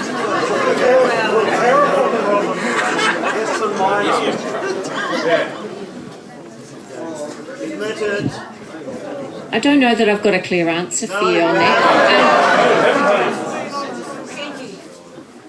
The staff that are here have provided the best information they can to the commissioners in terms of making the decision. There's only one pathway through for changing this decision. And Alison's probably, she's already indicated that there's the options from the committee perspective around whether or not they want to appeal. Can I just jump in there and just make one assumption, is that one of the challenges is that as the council's appointed the commissioners, and so therefore it is the council that has made the decision to give consent, they can't appeal. Okay? So that's a bit of a legal thing. So the only people that can appeal are those who made submissions anytime during the process. So effectively, if you really wanted to be cynical, you could say that the council opted out so that they didn't have to be taken to the court, give it to commissioners, then make the decision. And if it goes through, then they don't have to appeal, because technically they can't, because they appointed the commissioners, therefore they made the decision. The council paid for the commissioners to make these decisions, by the way. Sorry, we'll move on to another question. I've got one here, but I've had one too myself, which came up, which was just absolutely phenomenal. And I'm sorry, Alison, I am going to ask you and this gentleman here from Bay of Plenty Regional Council, is that from the logic that you've both said, that now that there is a consent, there is ways to hold them to that. So effectively you're saying that anybody in the Te Puna community can do anything they like, just like what Overton and Daniels are doing, without consent, but because there's no consent to monitor, you're not going to do anything. And that's been the problem that the community has had, is that that's the logic we've been told, is that once there is a consent, we can monitor it. And we're going, so why would anybody apply for consent under that logic? And it just seems like, JMC, which we know is not part of this Te Puna Business Park, it took the community again to tell you that he had more than his 10/12 pieces of equipment there. And then he shifted them on to Mr. Overton's property, who doesn't actually have consent to have any business to happen there, but because he doesn't have any consent, you're not monitoring him, therefore he gets away with it. And again, it's sort of this compounding thing that the community has a problem with, is that, like the noise thing that was brought up, we ring and complain about the noise that was coming out of the blasting services that were occupying a pack house on Mr. Overton's property. But of course, by the time you get out here, which is generally 3 hours later, the noise is gone, and nothing happens. And those complaints. But I mean, I guess the question that I'm asking is that, can we just do anything we like because there's no consent to be measured about, and we can just do what we like on our property? Because unfortunately, that's the logic that's coming through. What we want to know is, what are you also going to do about Mr. Overton? He has consent for a pack house. It's not been used as a pack house for years. It's been used as an industrial facility. And the Bay of Plenty Regional Council actually went out there and advised him on what filters he should be using on his filters, even though it was an illegal activity. And we have that because we sat in a meeting with them. So my question is still, what are we going to do about the continuing illegal activity that is happening in this business park now? So I think your first question was, if there's no consent, can you go and do anything you want? No, that's not the case. And to echo what Alison was saying, when there's a consent in place and there's consent conditions in place, there are a lot more tools that are available to us, and the level of evidence we require to ensure people comply with those consent conditions is a lot easier. And we've discussed what's happening on the neighbouring site and how, because there's no consent in place in there, how the level of evidence we require is significantly higher, and that requires a lot more effort and it's a lot more difficult to get to that level of proof where we can take appropriate action. So there's an abatement notice sitting on that site, and they're required to address that. So that's action's been taken there. So in answer to the question, if you don't have a consent, can you do whatever you want? No, you can't, because we've got permitted activity monitoring works as well. Yeah, but as you say, Mr. Overton's been doing work now for 10, 12 years. Yeah, 20 years on that property. I guess the real question comes through is that, as you say, and I'll actually quote the district plan, the operative district plan, that says no commercial or business activity may take place in the Te Puna Business Park until these other conditions are met. Now, with this consent that's been given, yes, there's a lot of those conditions are going to be met, which is great. We're glad to see that the conditions that are on here are very stringent. We're disappointed that it got approved, but we're glad that those are on there. But what you've just said, you know, sort of blows me away, because everybody keeps referring back to the operative district plan, and it says in probably, I think, 13 different areas when it's referring to the Te Puna Business Park, prior to any commercial or business activity in this zone, these things will be done. So therefore you have something to prosecute them with, yet it's not happening. And you've done nothing about it to date. Why not? I think I can answer that Too late question. for that, honey? Sorry. Noted. Just hold your microphone. So we have, both councils have issued abatement notices for non-complying activities on those sites. We've also had environment court process where there was an appeal against our abatement notice. We went through a court process. We were found successful. That applicant, so that non-compliant activity was fined.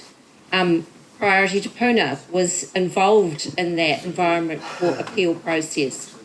It's not a simple process to get compliance for non-complying activities. This council has invested significant time, significant staff resources, ratepayer funds in terms of fighting to get compliance. So I feel very strongly about this. We do take compliance seriously. We have undertaken a lot of works in that space. I appreciate that this community sees that things happen too slowly for them. We are caught in the process around dealing through legislative processes, going through court processes, appeal processes. It all takes time. And, you know, I've been with council for a long 10 years now, and trying to resolve the issues that we've had in terms of non-compliance in Te Puna. It has taken a significant period of time. We think that's a really positive move that we have now got a situation where there will be a consented activity which has really tight controls about it. There are management plans that are, as long as you're around what will have to be undertaken for the applicant to even start operating on this site. So, Thank you, Alison. I'd just like to say, Carlton's going to speak in a minute. I just want to say that we have encouraged the council that if you want to stop this culture of non-compliance or unconsented activity, then you set an example of one or two people and fine them up the wazoo. And we haven't seen that happening. We've just seen process. Let's set a culture, we say to the councils, of total compliance being the norm, not flouting it and then hoping you can get away with it because of this very, very slow compliance processing thing, which actually impacts normal everyday people for years of their lives before something happens. Carlton. Kia ora. I'm going back to why we all came here tonight. and what was our minds when we came here. We came here considering our options as a community, as a hapu, as individuals, considering what's gone on since 2005. I vowed to my mate Tommy here, I'm just going to sit here and shut my mouth tonight. But I'm just so disappointed and frustrated at the evasive answers from this council. You have done nothing but contradict yourselves all night. You are not considering, you people sitting up there, especially you Kaimai ward councillors, were put there by this community. And to hear your back chat to these ratepayers, because that's all you've done, some of you, is disgusting. When, like my kaumātua said, this is absolutely a matter of trust for the community in hapu. Since 2005, it was your council staff that got us here in this mess. From the change in that district plan around the rules around industrial areas. That was an absolute balls up by Western Bay Council. And that's what got us here. That's what got you in the crap in Environment Court, where you couldn't object to what your own council staff had done. And that's why you passed it over to the commissioners. So please, just treat your community and my kaumātua and our senior planners up there, qualified senior planner, and our spokesman with more respect, and our community spokespeople. You have contradicted yourselves. If I go back to that finding by your senior staff member as less than minor, and she developed that finding from her own personal holistic view, that is not a right of a senior consents manager to come up with such a finding based on her own holistic point of view. She absolutely contracted your roading staff in their point of view about the impacts. All the answers you've given, you have contradicted your own senior staff, and you as the compliance or regulatory manager, how did you let that report go back to those commissioners with that comment in it that had no weighting whatsoever under the RMA? And you can sit there and you can blame your staff members that aren't here. How did you let that report go back with that finding that after that court case, that adjournment, why do you think the commissioners adjourned it? And they used the powers that they had to state that your council and the applicant hadn't provided enough evidence, basically, for them to grant that consent. And then your senior staff reports come back, and that's what gave them the ability to grant that consent. And I blame you as a regulatory manager for allowing that report to take what was major impact on the community, the environment, and all the cultural issues, be degraded to less than minor based on your senior staff's personal point of view. This should not have happened. Behind closed doors.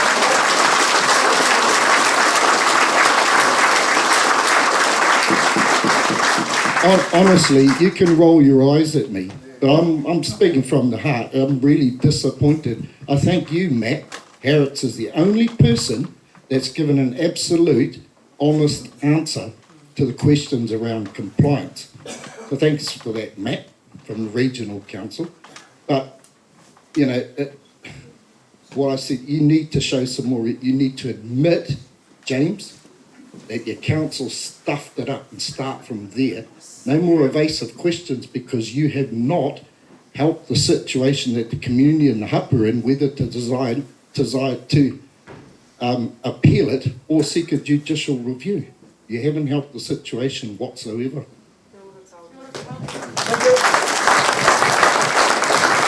Behind closed doors. The group did not get a saying it.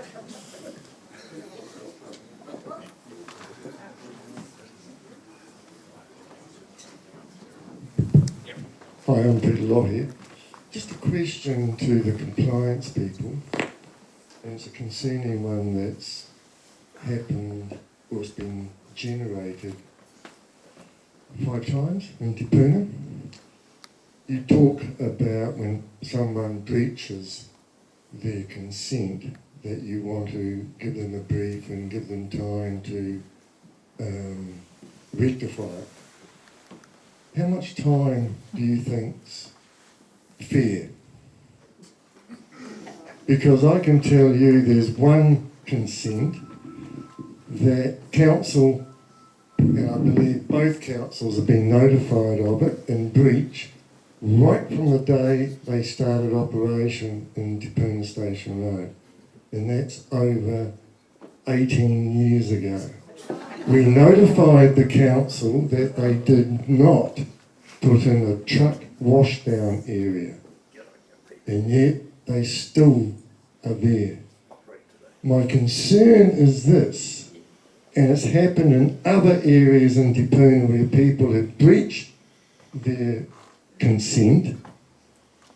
2 or 3 years later, they apply for a resource consent, and the baseline comes in at the level breached at, not where their consent was.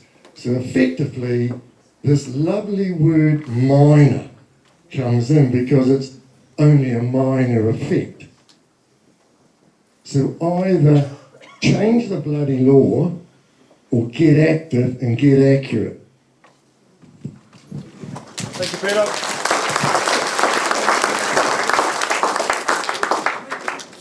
Got short legs. I'm scared of heights, that's why I'm just tall.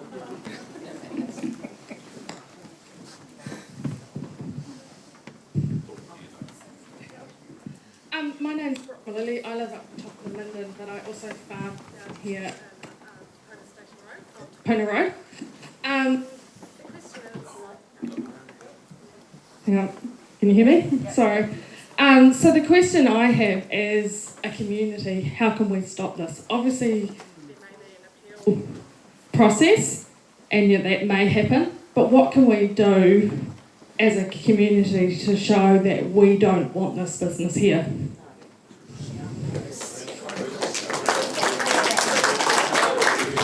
Question I also have is I drove through the roundabout every morning and up and down, probably through the roundabout 4 or 5 times a day coming down the hill. That backs up and stops when one vehicle stops the traffic. Can we stop it and show that we can't have those trucks going through those roundabouts? Thank you.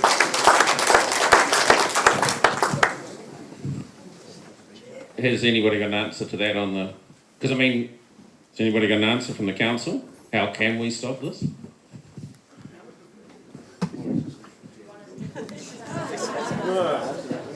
So the answer was, how can Te Puna stop this? So, can you block a road and have a public protest as long... I'm not an expert on these things, but I understand that if you make peaceful protests and perhaps do the police the courtesy of letting them know what your plans are. My understanding, based on no experience of protesting, is that you can do that. You just need to do it in a very civilised way. You obviously want to protect safety, and it would send a very clear message that we are concerned about this. The other way that you can deal with this is to go to appeal. So the appeal form needs to be in on Friday, which is only 15 days, or you appeal late with a waiver of time. What I've heard here tonight is very interesting about some things that feed into that process directly, and that I would invite those of you who are interested in appealing to meet with us after the meeting. We will need your support. We are normal everyday people, we have lives, and we need people, especially with experience, to step up and bolster our work and there will be some legal fund requirement because you can't go into this without legal advice. So does that answer the question at this point? What can council do to help us? What can you do? So I guess I think we just have to reiterate that this is council's decision, so they can't appeal against themselves. So all that they can do, in theory, is apply the mitigation conditions that have been set by the commissioners and enforce them. So the judgment is from you as to whether you think that that process is adequate or works. Does anybody else want to say anything about that? If we appeal, will they support the appeal? They can't. We're appealing against them. So they can't, well, who makes the decision then? So You appeal to the Environment Court. It goes to, you put the application into the Environment Court, you serve notice on the parties, that is Western Bay Regional Council and TPIL. That is hopefully accepted by the Environment Court and put to the appeal. They'll either send you to mediation or they will set a hearing date. Can they overturn it? Or can they just make Well, what can happen, I guess, with an appeal is if you're successful, is I guess at the end of the day the applicant, TPIL, could apply for a new resource consent. But I think that's the decision that needs to be made. Yeah, there are three outcomes that can come out of the Environment Court. The very first is, well, actually four. You can put in your application and the Environment Court says, no, we disagree with the points that you're making, so we're not going to accept your appeal. The next step is they say, yes, we're going to, they stamp it, they do everything. We have 3 working days from Friday, if you lodge one by Friday, which we have to serve to the officers of the Western Bay Plenty District Council, the Bay of Plenty Regional Council, and to TPIL.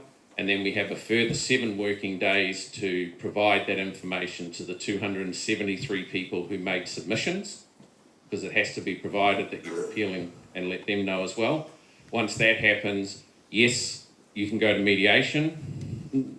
Likelihood is you're not going to come to an agreement because probably you're appealing to say you want it thrown out, and you're going to mediation with TPIL and they're going to say, no, we don't want it, so it will go to the courts. So there's 3 outcomes from the courts. One is you lose, it goes through, you win, the consent is cancelled, and therefore the consent is not awarded, therefore the applicant can go back, or the third one is additional conditions can be added. Okay? So those, but you've got to be careful because when you're putting in your appeal, you've actually got to indicate those conditions that you would like added as well. Okay? Yeah. So thank you for that. Next, does that answer the question to whoever that guy? Gentleman? Yeah. Sorry, hi there. Will the council commit to not consenting the next time they put in for consent? That's a really nice idea, but what we have found through this process is that council is legally obliged to accept and consider every consent application put to it. So we would like to say, would you turn anything down? And their answer is going to be, and I think you'll nod, is we are obliged to consider every application. So if only if it was that easy. If we appeal, does that stop them doing the work in the meantime? Okay, so there's 2 scenarios there. One is that they could carry on with some works, but that would be their legal risk, their financial risk to take. And that they would be obviously putting in money for those works, that they, if we were successful, they would lose that investment. If you can also ask for a stay being placed on them, you just have to be mindful that if they have lined up consultants, engineers, what have you, and incurred costs, that if you are not successful, that they might go for costs against you. As an incorporated society, you are protected personally for costs against. We are just working through those processes. Does that answer the question? That doesn't answer the part from the council and doing that corner. Will the council still proceed with that if we appeal it? Yeah, so that's a question, Callum.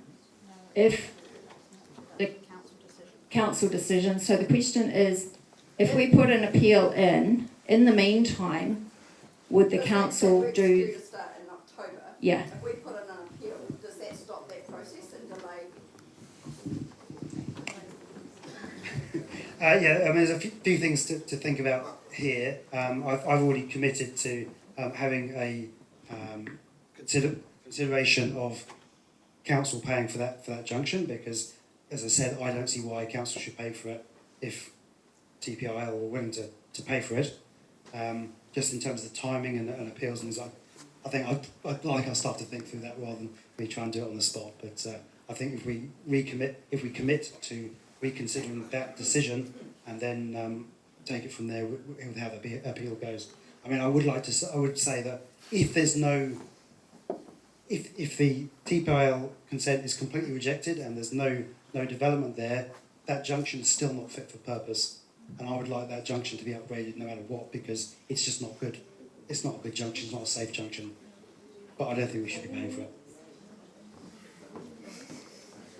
Thanks for that, James. And I think that we would reiterate what we've already said, is that this Nourish intersection we consider to be more dangerous. Yeah. One more question over there, please. Kia ora, I'm called Claire Purchase Property Te Puna. Just on behalf of my father, Bruce Purchase, and I, not one of you has acknowledged what our komata over here or Carlton said, and that is so shameful. On behalf of all my ancestors that have maybe done wrong in the past to the hapu and iwi here, not one of you has acknowledged anything they said. That's Thank all. you. It's not a question or anything. What I'd like to do, and I'm sure there are more questions, but what we do have to keep this fairly concise, otherwise people will start wandering off, and we want to wrap it up in a fairly useful sort of a way. So what I would encourage you to do is meet with us after the meeting if you have further questions on the appeal process or want to contribute. Drew, do you just want to go like 2 more questions and then we'll wrap You want me to ask 2 more questions? No, other people, please. Do you have a rough idea how much an appeal is going to cost?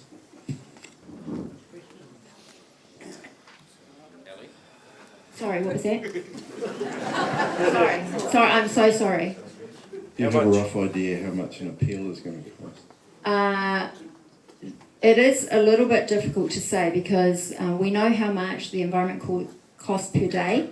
We know how much the lodging of the appeal is, $678 or thereabouts. The appeal costs, the court cost per day is around about $880 per half day. It really depends on whether witnesses are called or how many experts are put up by the respondent as to how long the court process takes. So, and of course then there is also our legal advice that we require because we're not experts in this, so we do need some coaching and support to make sure that we file documents in a legal format and that we understand the process of the court adequately. So to answer the question, it is a little bit open-ended. If you're not hiring a lawyer to be there, and if the community is doing most of the work, which we did for the Tinex abatement, at personal cost, I'd have to say, 20 grand. So if you set a target, why can you not then ask for donations to fill up to that target? That's certainly a possibility. I suggest that's what you should do. And the second thing that you should do is verify whether the council and the person that changed their mind can change their mind again.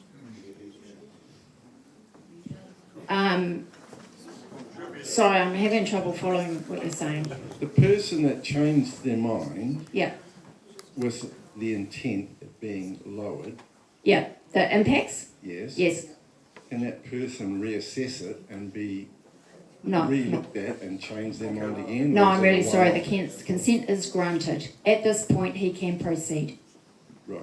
Okay, so I'd just like to point out, Sarah wanted to say, so you'll be aware of the Waiheke, I think it's Marina, situation. The people, the community in Waiheke had lawyers do absolutely everything for them from the get-go.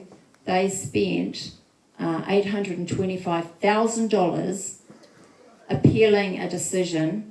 Costs, when costs are awarded, you may or may not be awarded back costs if you win. So they got half of that money back. Because you're never going to get all the money back. You're lucky if you get 30%. But, and getting 50% is very unusual. So that process costs $825,000. So you just need to be mindful of that. And I certainly would encourage you to speak with us to discuss that further. Right, so, where are we up to, Sarah? You said 2 questions, you have 1 here, so is there anybody else who's got a last question they'd like to ask? Yep, Hi, I haven't really been following this a lot, but just to finish up, there's either two plans of attack to go from here. You've got to decide to appeal this to try and get it to go through the appeal case and really throw in your cards and have there to see whether that'll happen or not. The plan B, I guess, is if it is going to go ahead, what does the community want from a council to make this road safe? So,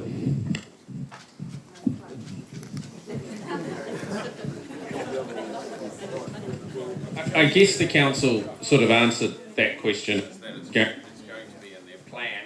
I've got a loud voice, I hope it's carry. But one of the challenges and the contradictions that they almost made themselves as well is it's either a rural road or it's not.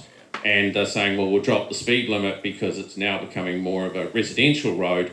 So my question is, why the hell are you putting 174 truck movements each way on a on a residential road?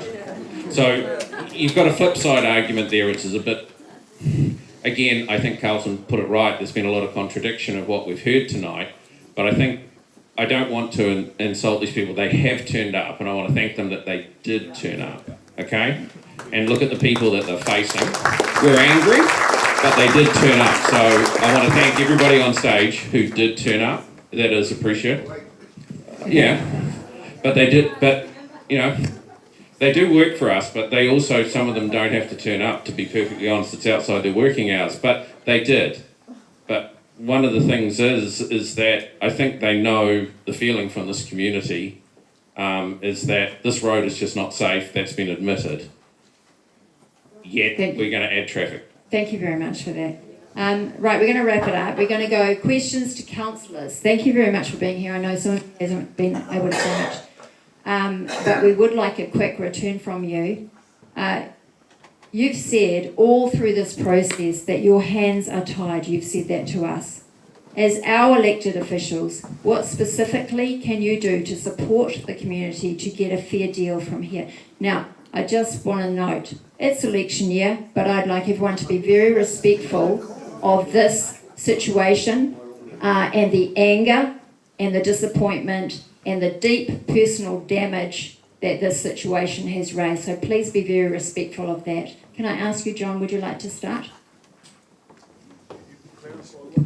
So what are you going to do to make sure that this community from this point on gets the absolute best service from Western Bay? To be honest, personally, I don't see that there's much as I, as an elected member, can do other than to encourage you to talk to our staff, to get whatever direction you can in terms of the process that's taken up to this point and the knowledge that they have about what has happened to help you with your appeal, or if assuming that that's what you decide to do.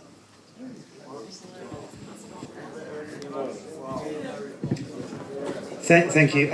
So I think 3 things that are top of mind for me that I've heard from you today. One, I mean, clearly you're not in favour of this consent.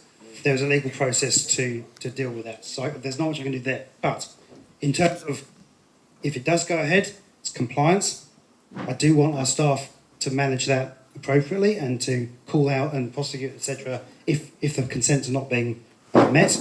I've also heard about road safety and the safety on Te Puna Road. I'd like to hear in time a little bit more about what the details there and what can be done. And then also been alluded to before, the Te Puna spatial plan. It's long been a desire of mine to get a real feeling from the community about what the future for Te Puna is. The TPIL is not my vision for Te Puna's future. So I would like to understand what it is. You know, is it the next suburb of Tauranga? Is it horticulture? Is it? It's not going to be industrial, hopefully, but you know, what is the future?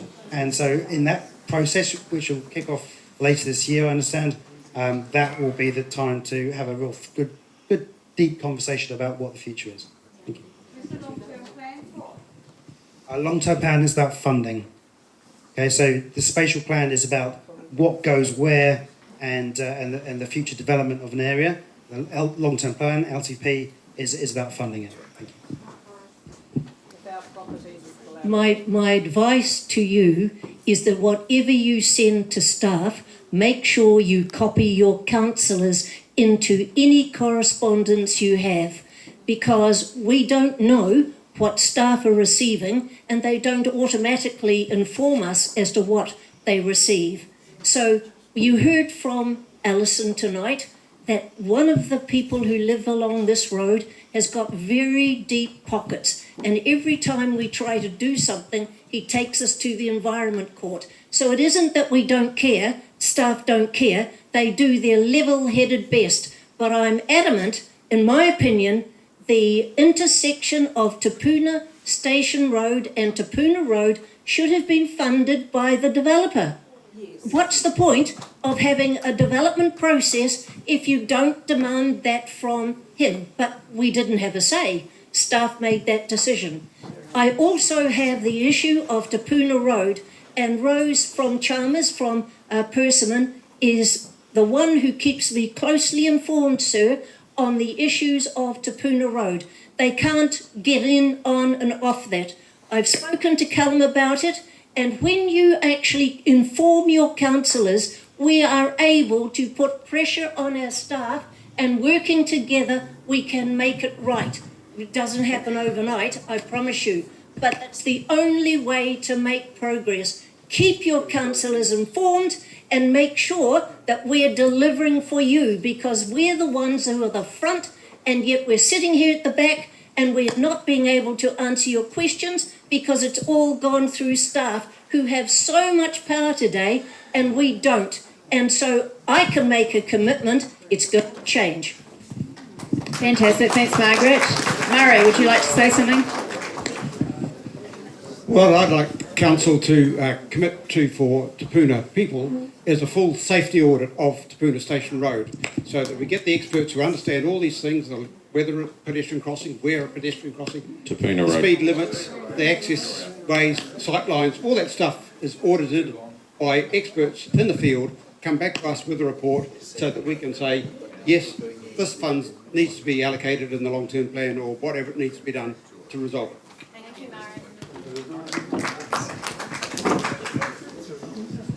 Firstly, I would like to thank everybody for sharing their thoughts so honestly tonight, and very bravely, I must say as well. Because I also live here, this affects me, and I understand exactly how you feel. I'm as upset about this as you are, to be honest. And yeah, this is our home. This is not okay. And the transport issue, the roading issue, is a huge concern. It's something I have been advocating for along all the time I've been in council already.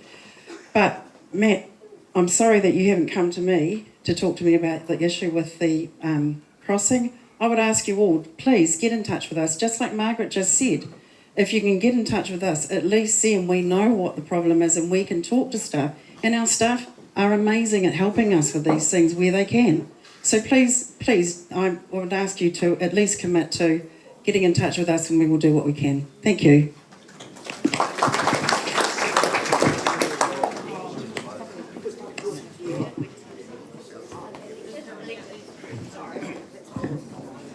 Hey, g'day everyone. I just want to address the point made by Ms. Purchase down here and raised by Carlton. Council objected to this 22 years ago when it came forward as a proposal. Council didn't do it. The landowners then applied to the Environment Court and it went through that process. So Council has always shown total respect to the kaumātuas and the views of Te Puna people. It is taken to another level going to the... I'm just going to give you a quick lesson about what's called the RMA, and it is an enabling act. Things can happen. You can do anything. I've always said you could buy 10 acres of land here and pave it and put bulldozers and diggers all over it under the RMA. You'd probably just about get away with it. What you've got now is three government parties in the ruling party at the moment trying to make it even more enabling. They want to scrap the RMA. All these steps you've talked about taking mitigation and appeals, that's gone. I heard a week in the orchard today, I heard 50 are under the fast track appeal, which takes away any right to object. The minister can step in and say, yes, this container issue is so important to New Zealand's economy, it goes, tough luck. So that's just about just putting the story right about we objected to it all along. I was one of the councillors who voted against that hospital going on rural land. That should be in the commercial on Cameron Road somewhere. It shouldn't be out here. So, there you go. See, there's a thing called making good decisions, which gets you the RMA thing, and are they a right to sit on these appeals? And they're absolutely nonsense. So that's why my objection was not to do it. Tomorrow in council, we are going to be asked to approve to purchase some land in Omokoroa that a commercial site was put on, made by my colleagues years ago, and I said, what a crazy decision. You've let that go, and now we have to go and buy it back at highly inflated prices. So that's, you talk about making good decisions. My objections is they're crazy. They'd never let me get the qualification anyway, because I'd just say no. You might want to buy the land at Station Road, Don. Right, I'd say no, but they don't listen to me. Sit down for yourself a favour. The question is, what are you going to do to commit to make sure that this doesn't end up with the debacle that we've had over the last 20 years? Sorry to miss you out in the order of things. Would you like to speak? Thank you, everybody. So, obviously, I'm from the east, so I'm not elected by the people in this room. But I have heard tonight the concerns of the community, and I'm very interested in knowing more about the road safety concerns. We have the same issues in our side of the district, so I 100% hear that. The person down here who talked about kids' safety, that's paramount for me. And so I just about cried when you were speaking, man. So all I would like to see is pretty much what Murray said, is that a full safety audit to outline those things that you guys have asked for and have said that are an issue, and then I would want to make it happen. That's about it. Grant Daly from Te Puke. Like Laura said, we've faced lynch mobs like you lot in Te Puke over number 1 road and the traffic that goes up to Trevelyan's Pack House. And like Callum said earlier, and we only heard it yesterday, actually, they've committed to concreting the first section of road where all the residents are just upset and in mental turmoil over the shaking and crashing of the trucks driving past their houses every day. And we've just been through kiwi fruit season, and and the emails are just constant. So I understand it. I'm glad I came tonight to listen to you guys. It's given me a new perspective on the whole situation. I think, like's already been committed, I think it seems a bit crazy that we, and I don't even remember the decision being made for us to construct the intersection, and surely the TPIL should be doing that themselves. But just a couple of other things. I think Don mentioned the coalition government. I mean, they're not going to relax the rule. I mean, they're not going to tighten the rules. They're relaxing the rules. So what you've just been through is a pretty rugged process compared to maybe what's coming. Our spatial plan that we've been talking about, developing a new spatial plan for Te Puna, we've just been through it in Te Puke.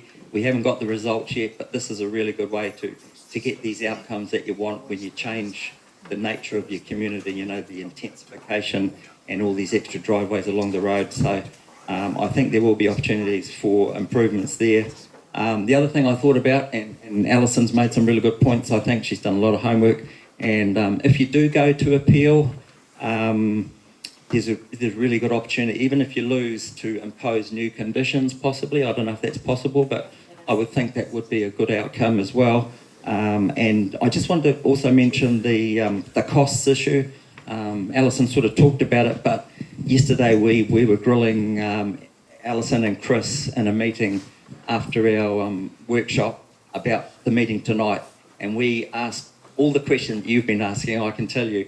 And one of the things I was that we asked was, if you do go to appeal, where do the costs land? It's down to the judge or whoever decides the case. Do they let the costs lie where they land, like the TPIL pay their costs and you pay your costs, or and up front the whoever's running the appeal process can ask that there is a guarantee that the appellant is going to be able to pay the costs. So there is that to think about as well.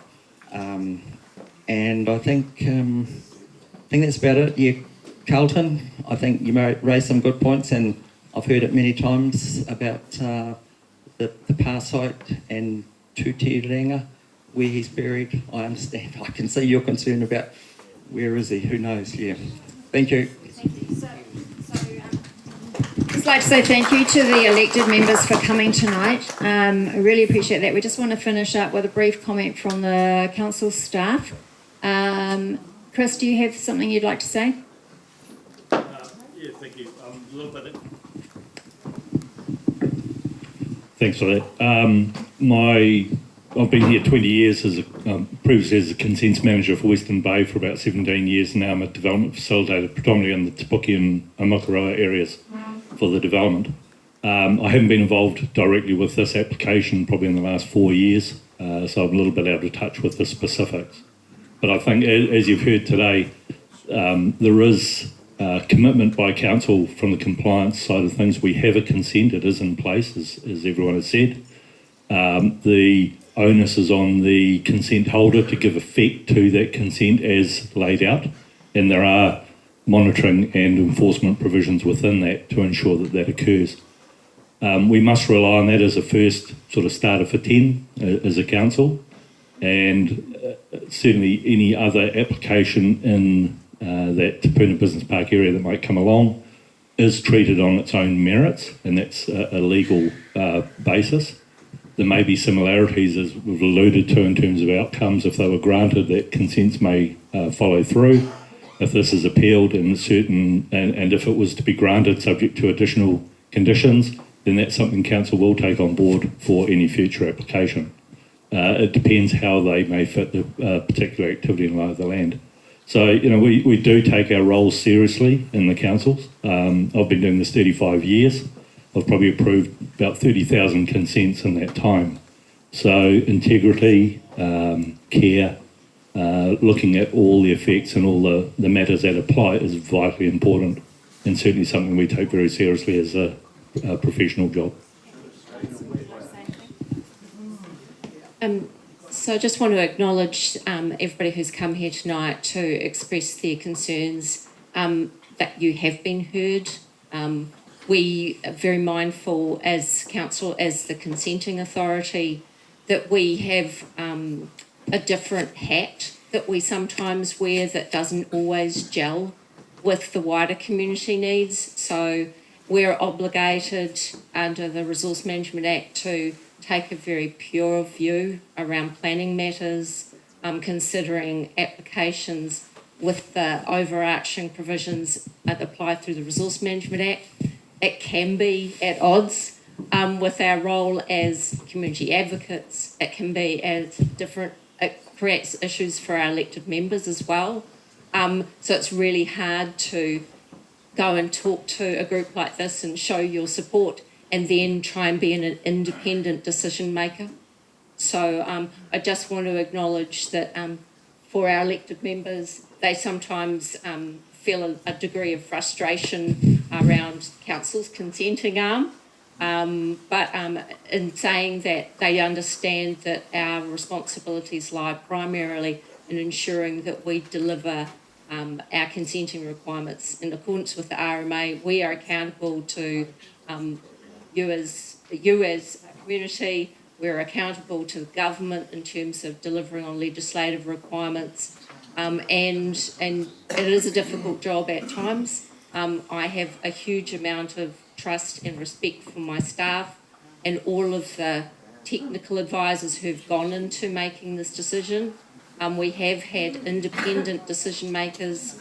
Our commissioners come with years of experience in terms of making decisions under the Resource Management Act. And whilst I understand you're not in agreement with their decision, they have made it on the best information that was in front of them. Thank you, Alison. Ella, do you have anything to say? Not much, but I will tautoko what Alison said in regards to consenting under the RMA has got very complex.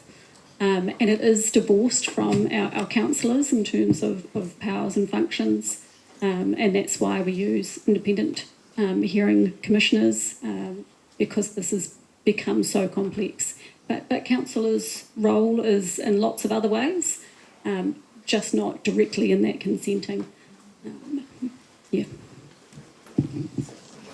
I'd just probably like to add that to what everyone else has said is that we've heard you tonight. You have been heard, and through the hearings process, we sat in and listened to all of your submissions through the hearings process as well. So while those submissions were made in terms of the Commissioner's decision making, they're also really important for us to hear so we understand your concerns. There's a lot of opportunity for us in Western Bay to work closely in terms of compliance with the conditions of this consent. And we've made that commitment that we'll do what we can there, and we will work hard to ensure that this consent's monitored closely and delivers what is required with those consent conditions. We'll try and provide a clear pathway so you know who to speak to and where you can raise questions, and where those questions are raised, we'll answer them best we can. Thank you very much, Matthew. Just before we start again, I want to thank you all for coming. I want to thank Priority Te Puna committee members who have put in a legend worth of time and effort persistently now for years to the elected members, council staff. Thank you. I would also...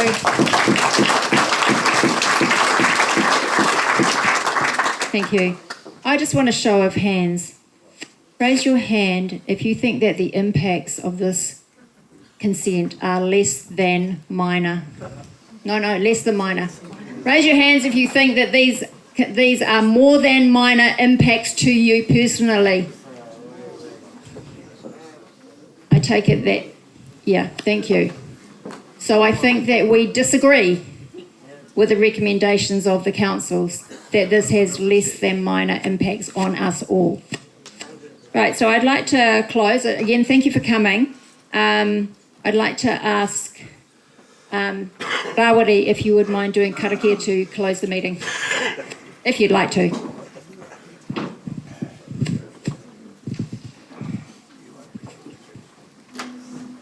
Māku e whakakapi nā kate karakia I te po. E te atua tēnei mātou e noho nei ki tō aruaru. I raro I tō manaakitanga kia mātou nei I tēnei po. Nāu I arahi mai a mātou, nāu I awhina mai a mātou, nāu I arahi a mātou. E wei I rungi I te aua āhuatanga e te atua. Tēnei mātou katoa e mihi atu nei ki a koe, mō aua āhuatanga, nā te mahi rā. Rātou mā, te mahi ana e rātou nei I tēnei rā. E wei kia koutou rā, I runga anō I te taputanga o tō tātou atua, I raro I te tōna kororiatanga, māhe hukiri tō. Āmene. I'd just like to add thank you very much to Containerco Tribal Authority, to Julie Shepherd, for speaking this evening to the kaumātua.